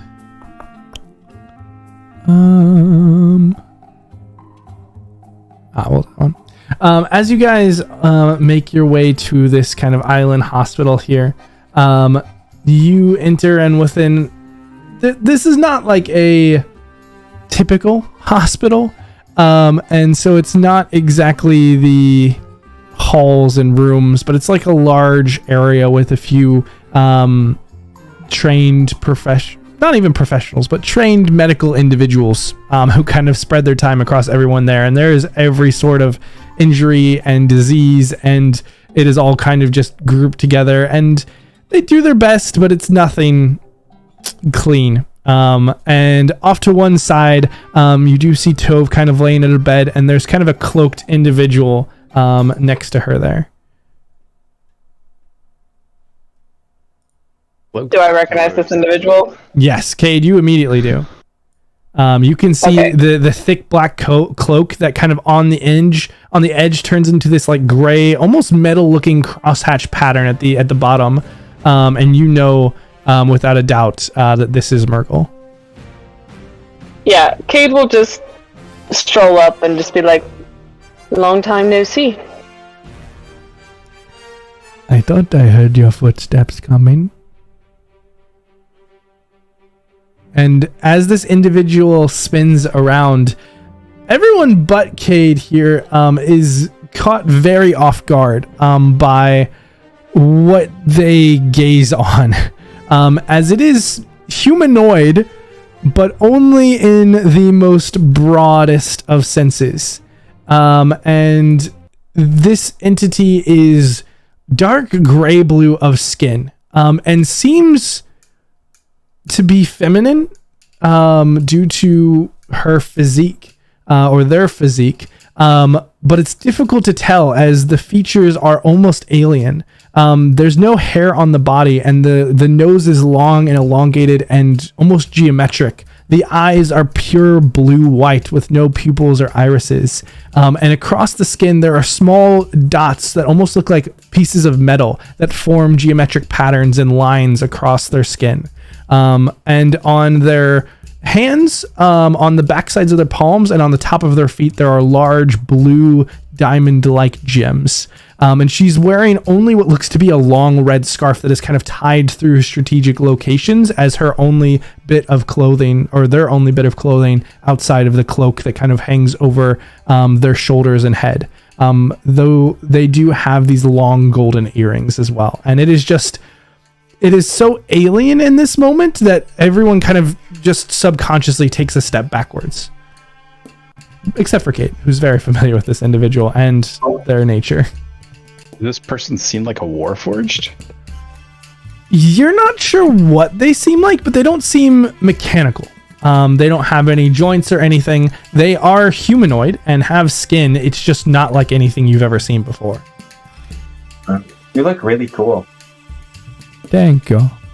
I appreciate that. What are you? I am Mago. Got you there, Sindri.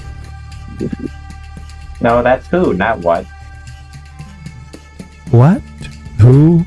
It is but the same thing in the end. No, I am Sindri. That is who I am.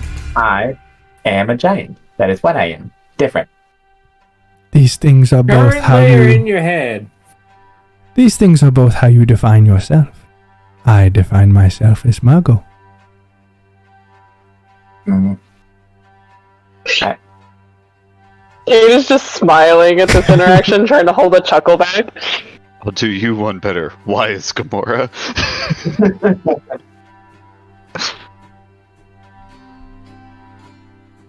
You all are Tove's companions, yes? Yes, we're coming to check in on her. Cade's companion. There's a smile Tove across has their been face. traveling with us. This is good. You need more crew whenever you leave the crew that you have.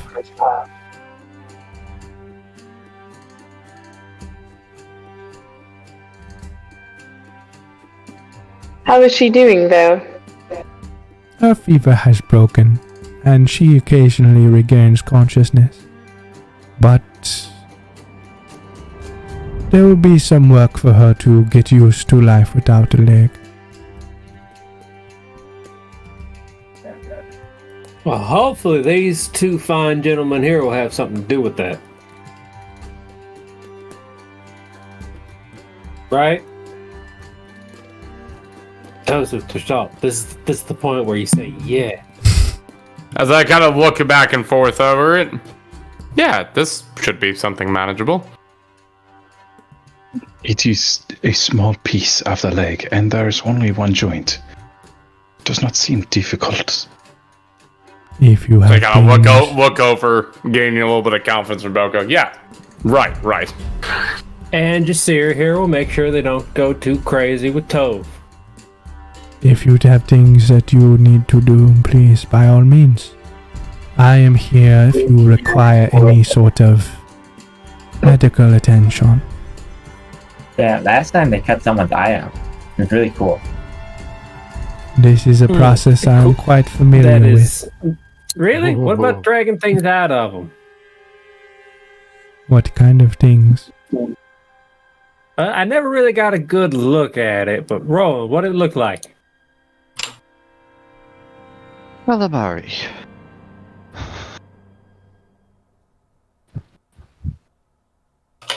But still moving. They just kind of nod.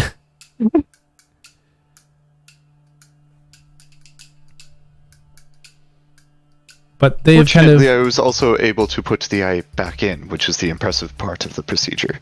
Yeah, it ain't come out yet. I was kind of worried about that. Again, just a nod, and they kind of move backwards, letting you all come up to Tove if you would like to attempt anything. Were we able to actually get the mechanics of this thing built?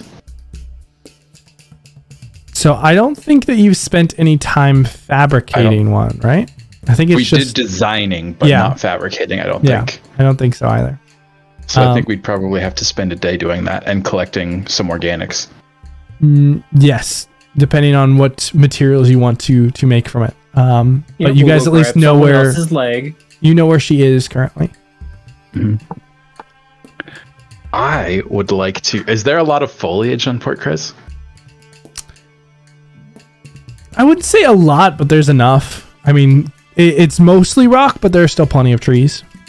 I would love to go check out some of the trees around here and see if any of them are more conducive to magic than others. We can make it out of steel, or metal, or stone. And if I'm able to go get some organics, I would definitely love to help Theschault design and build the internal structure of this thing as well. Okay, go ahead and roll me a nature or arcana check. And what kind of organics are you looking for? This is, again, very specific to the person who's receiving the prosthetic. So it would be more of a go by feel, sort of wander through and just touch and analyze these things and see which ones seem to fit Tove's energy the best. Okay. And it's almost a sort of like meditative process, very akin to him consulting the spirits, but this is a little bit more corporeal, I guess. Are you looking at organics like trees and plants, or are you looking for sea life, or are you looking for something else? What are you never touching and examining? Sea life, but that would be interesting, like any coral or anything, and vines too. Boko hasn't had access to vines before. So from the trees and plants that you touch, you don't find any that have a natural affinity over another for magic. But you do find an extensive variety here, as in any ecosystem. A lot of it is kind of moss and semi-aquatic, like reeds.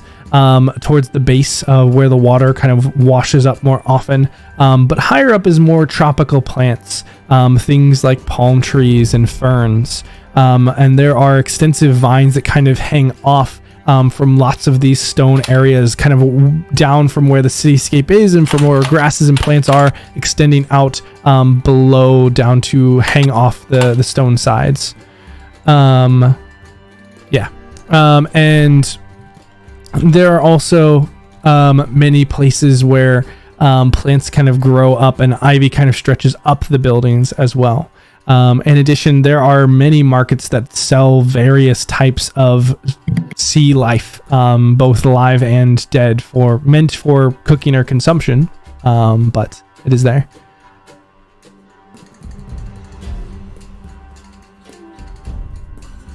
Imkirkle. Yeah. I like ivy. I think ivy would work more for Tove. Okay. So I think I'd probably try to collect some ivy and probably 1 or 2 live fish just in case. Okay. Are you going for... Just go slap it at your Can foot. you describe the type of fish that you're looking for? Anything that's still alive, because he's going to use their soul to... There are plenty of coax things this that are organics. alive. It's the size, shape, and nature that is important, and there are pretty much I any and would every like kind. something that kills by constriction, if possible. Like a Like in- cephalopod. Cade will offer assistance in capturing anything from the sea, seeing as she can breathe underwater and speak with animals. I bought fishing tackle in the last place we were in. Does Boko want the fishing gear to go fishing?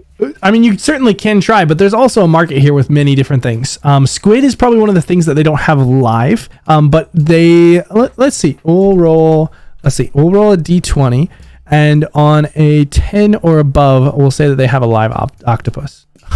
That's so mean. So they have... I do know of an octopus we can go salvage. That's fair. There are dead squid and there are live eels, but there is no live octopus or squid.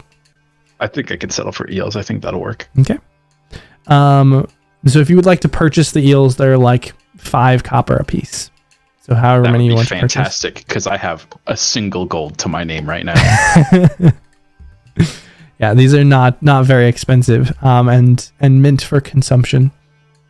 So as Boko and Theschault are kind of working on crafting this prosthetic, we'll focus on Cade and Sindri first. Cade and Sindri, are there anything that you guys are doing across the city before Cade kind of departs to go back to her ship for a bit? Sindri would like to be helping Theschault and whatever he's doing to get ready for building his stuff. What is the Theschault building? Not Theschault. I'm about to say, because I'd be working to help build the thing when it comes back. Are you talking about Boko with the prosthetic? No, it would be, yeah, it is Theschault. Oh, okay. So you're waiting for Boko to get back before you do anything. Well, yeah, Boko and Theschault are building okay. it together after they kind of get the materials and are working on that. So if you wanted to assist with that, you certainly could. Yeah, Theschault is in charge of the main mechanics within the joint and the dagger that we bought for Tove. Right. And then Boko is going to be more in charge of incorporation. Yeah, so Sindri would like to help out with that, of the working with metal, which I'm assuming what the other parts is made out of. Mm-hmm. The mechanics and such. Not, All right. not the plant. Cool. As we go through this, if I can get a crafting tools check from each of the 3 of you. Sindri, yours will probably be smiths or tinkers. Theschault, yours will be tinker's tools. And Boko, I believe yours will also be tinker's tools. All 3 of them will be based off of intelligence for this. And is this for the ending, putting the prosthetic together? This is for all the pieces of assembling the prosthetic and putting it onto Tove. So you kind of all 3 together are working in tandem. And so it's kind of a group skill check. I would like to... So if you wanted any guidance from someone or any ability influences, now is the time to ask. Clyde Yeah. definitely want to be there for putting it. He's not going to be much help with designing or making the leg, but putting it on Tove, Clyde would want to be there to give some bardic inspiration to whoever's going to be doing the surgery and attaching it. Also going to sacrifice my chimera to receive the memories of perhaps a surgeon or somebody that's more akin to working with flesh to give myself advantage on this. Okay. Oh, like Nurgle? Mayhaps. All right. So, Boko, you can roll yours with advantage and can get a bardic inspiration on it. Oh, I'm so nervous. And then Theschault and Sindri, you can also make your rolls. Is it a D6 for 19, inspiration? 19. Yeah, it's a D6. 21. Nice. And then Theschault, you got your Tinker's Tools? 14. Okay. All right. So yeah, between Theschault and Sindri, they kind of assemble this prosthetic together over the course of this next day. And as the evening wears on, Clyde kind of comes to meet up with Boko, and they begin to assemble the leg onto Tove. And Boko, if you'd like to describe what that looks like. I would love to have Jasira there as well, just because Yeah. this is the way Boko handles souls. But would love to have the direct feedback from Jasira on how it's the same or different than she does. Then why don't 'Cause it we? will then Why don't we handle that at the beginning of next session? then? absolutely. Yeah. Cool. And then that way it'll give me more insight when I refine my soul canister. Yeah, Absolutely. you handle all of that. I'm just going to handle putting together the metal parts. Theschault, are you leaving like once they try to attach it, or are you still watching? Oh no, I'm still Okay. kind of interested and intrigued. I'm just probably not going to have much of a hand in yeah. it, as that's not really as much my expertise. That makes sense. And then Cade, what are you doing within the city? Oh, do we still have Colleen? It's muted. Mute. Yeah, sorry. Hold on, just a sec.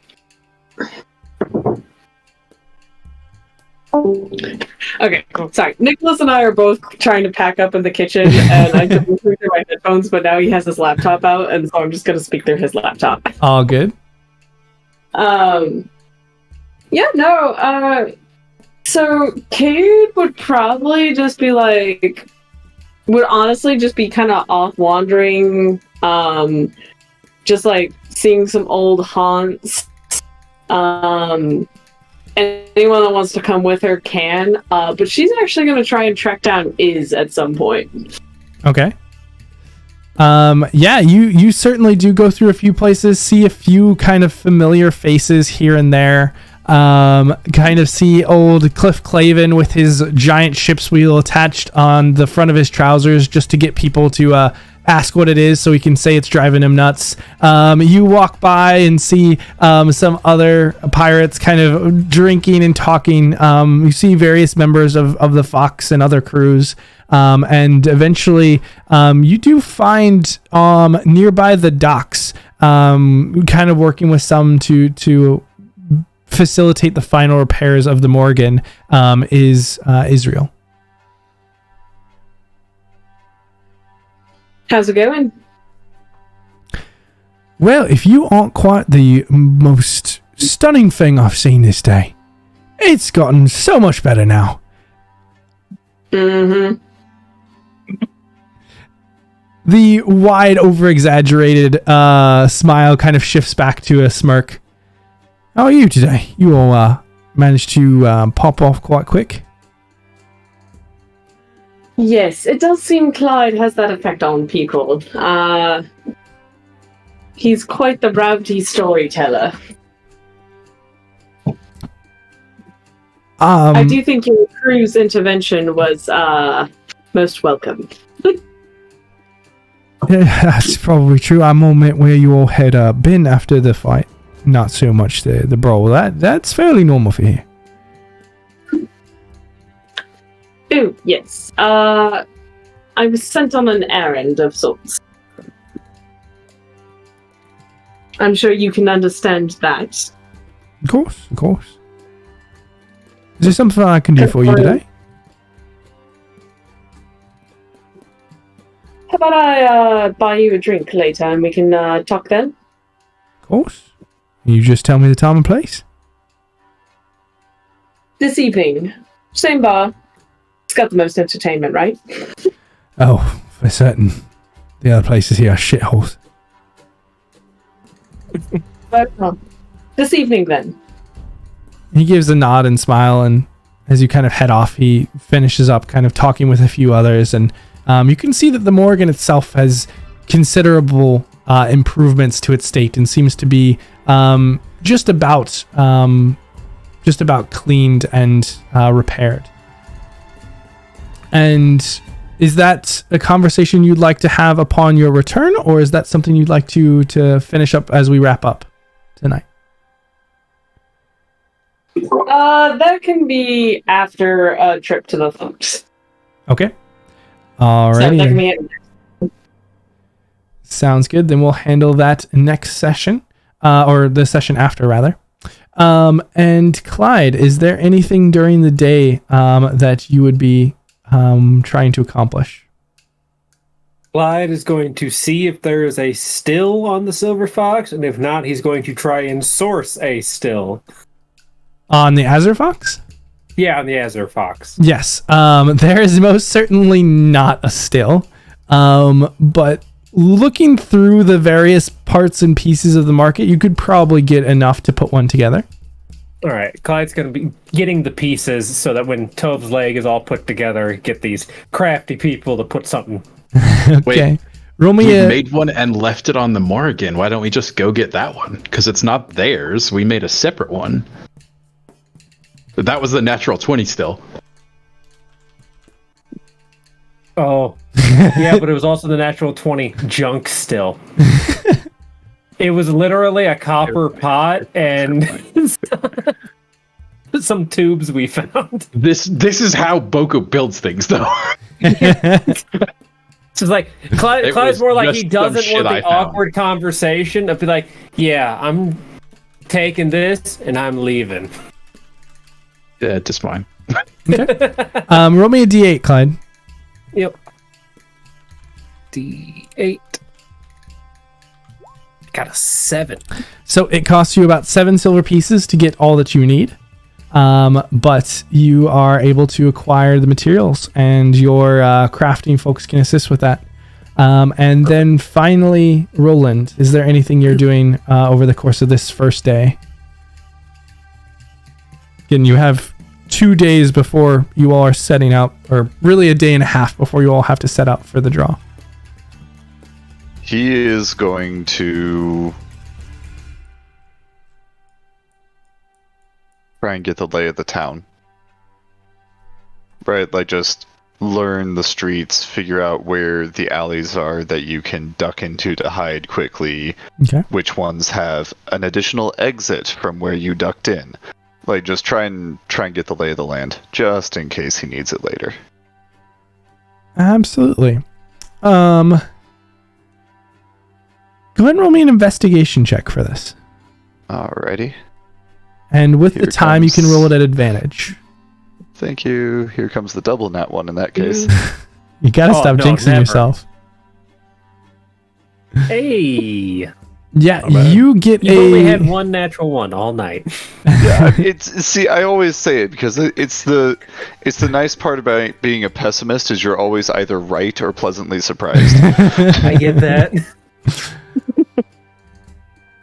Yeah, Roland, you navigate across this city, and you find various places and alleys. The city again is built so strangely in these tiers across the stone arches and the stone plateaus, where it's built up, and then there's this large central stone tower nearly, and on top of it is built an actual building, and it kind of looks down across the entire city itself.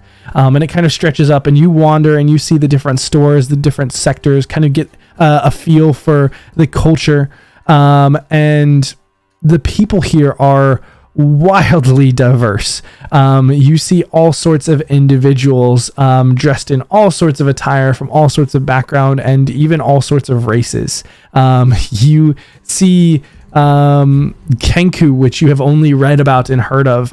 You see orcs and half-orcs working and moving together. You see humans and elves. You even see dark elves kind of moving among them. All these races that are somehow not exactly harmonious, but all together in this large mixing pot of a city. And you find the different kind of movements of the flow of the crowd and the places where people avoid, the places where it would be good to kind of sneak away, or if you need to do something without notice, you kind of get an idea for sections of the city. And as you're kind of up on one of the... Sorry, did you have some? Well, no, I was saying, okay, and then also, as he's doing this, simultaneously to avoid drawing attention of like one guy visiting too many places, and shake a tail of anyone who might be following him, and also just to practice, he will be picking people of each of those different races to just like watch them, study them, take a mental picture of what they look like, duck into an alley, assume their appearance, and then walk out and continue. Okay. And without much trouble, you kind of match these different individuals and maneuver through. File away the appearances in his memory for later use. Absolutely. And so you kind of catch this this Kenku. A man is no one.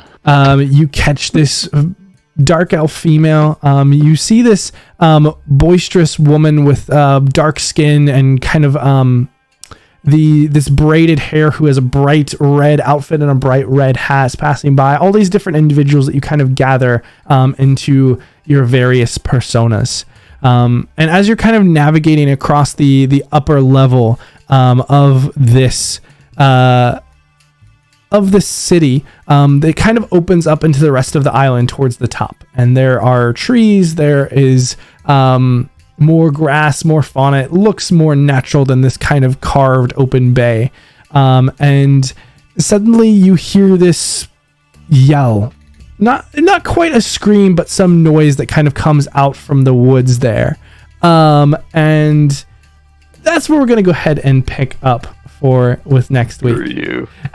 Just because I have to do it a little bit.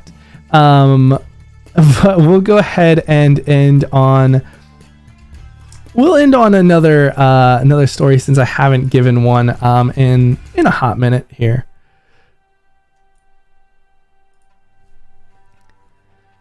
There was a deep calling within her to explore the vastness of the world and to discover her own potential. Driven by these aspirations, Elle searched out like-minded individuals who shared in her passion for adventure. It took some time, but through conversations and networking, carefully selecting the sailors that least smelled like piss and ale, she was able to form a crew that at least was capable of getting a ship into the water.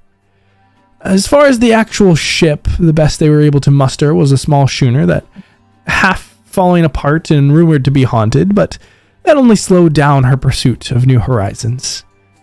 Strengthened with her own determination and surrounded by these new allies, excitement and trepidation blended together as the call of the sea brought them into the unknown but eager exploration of her own destiny.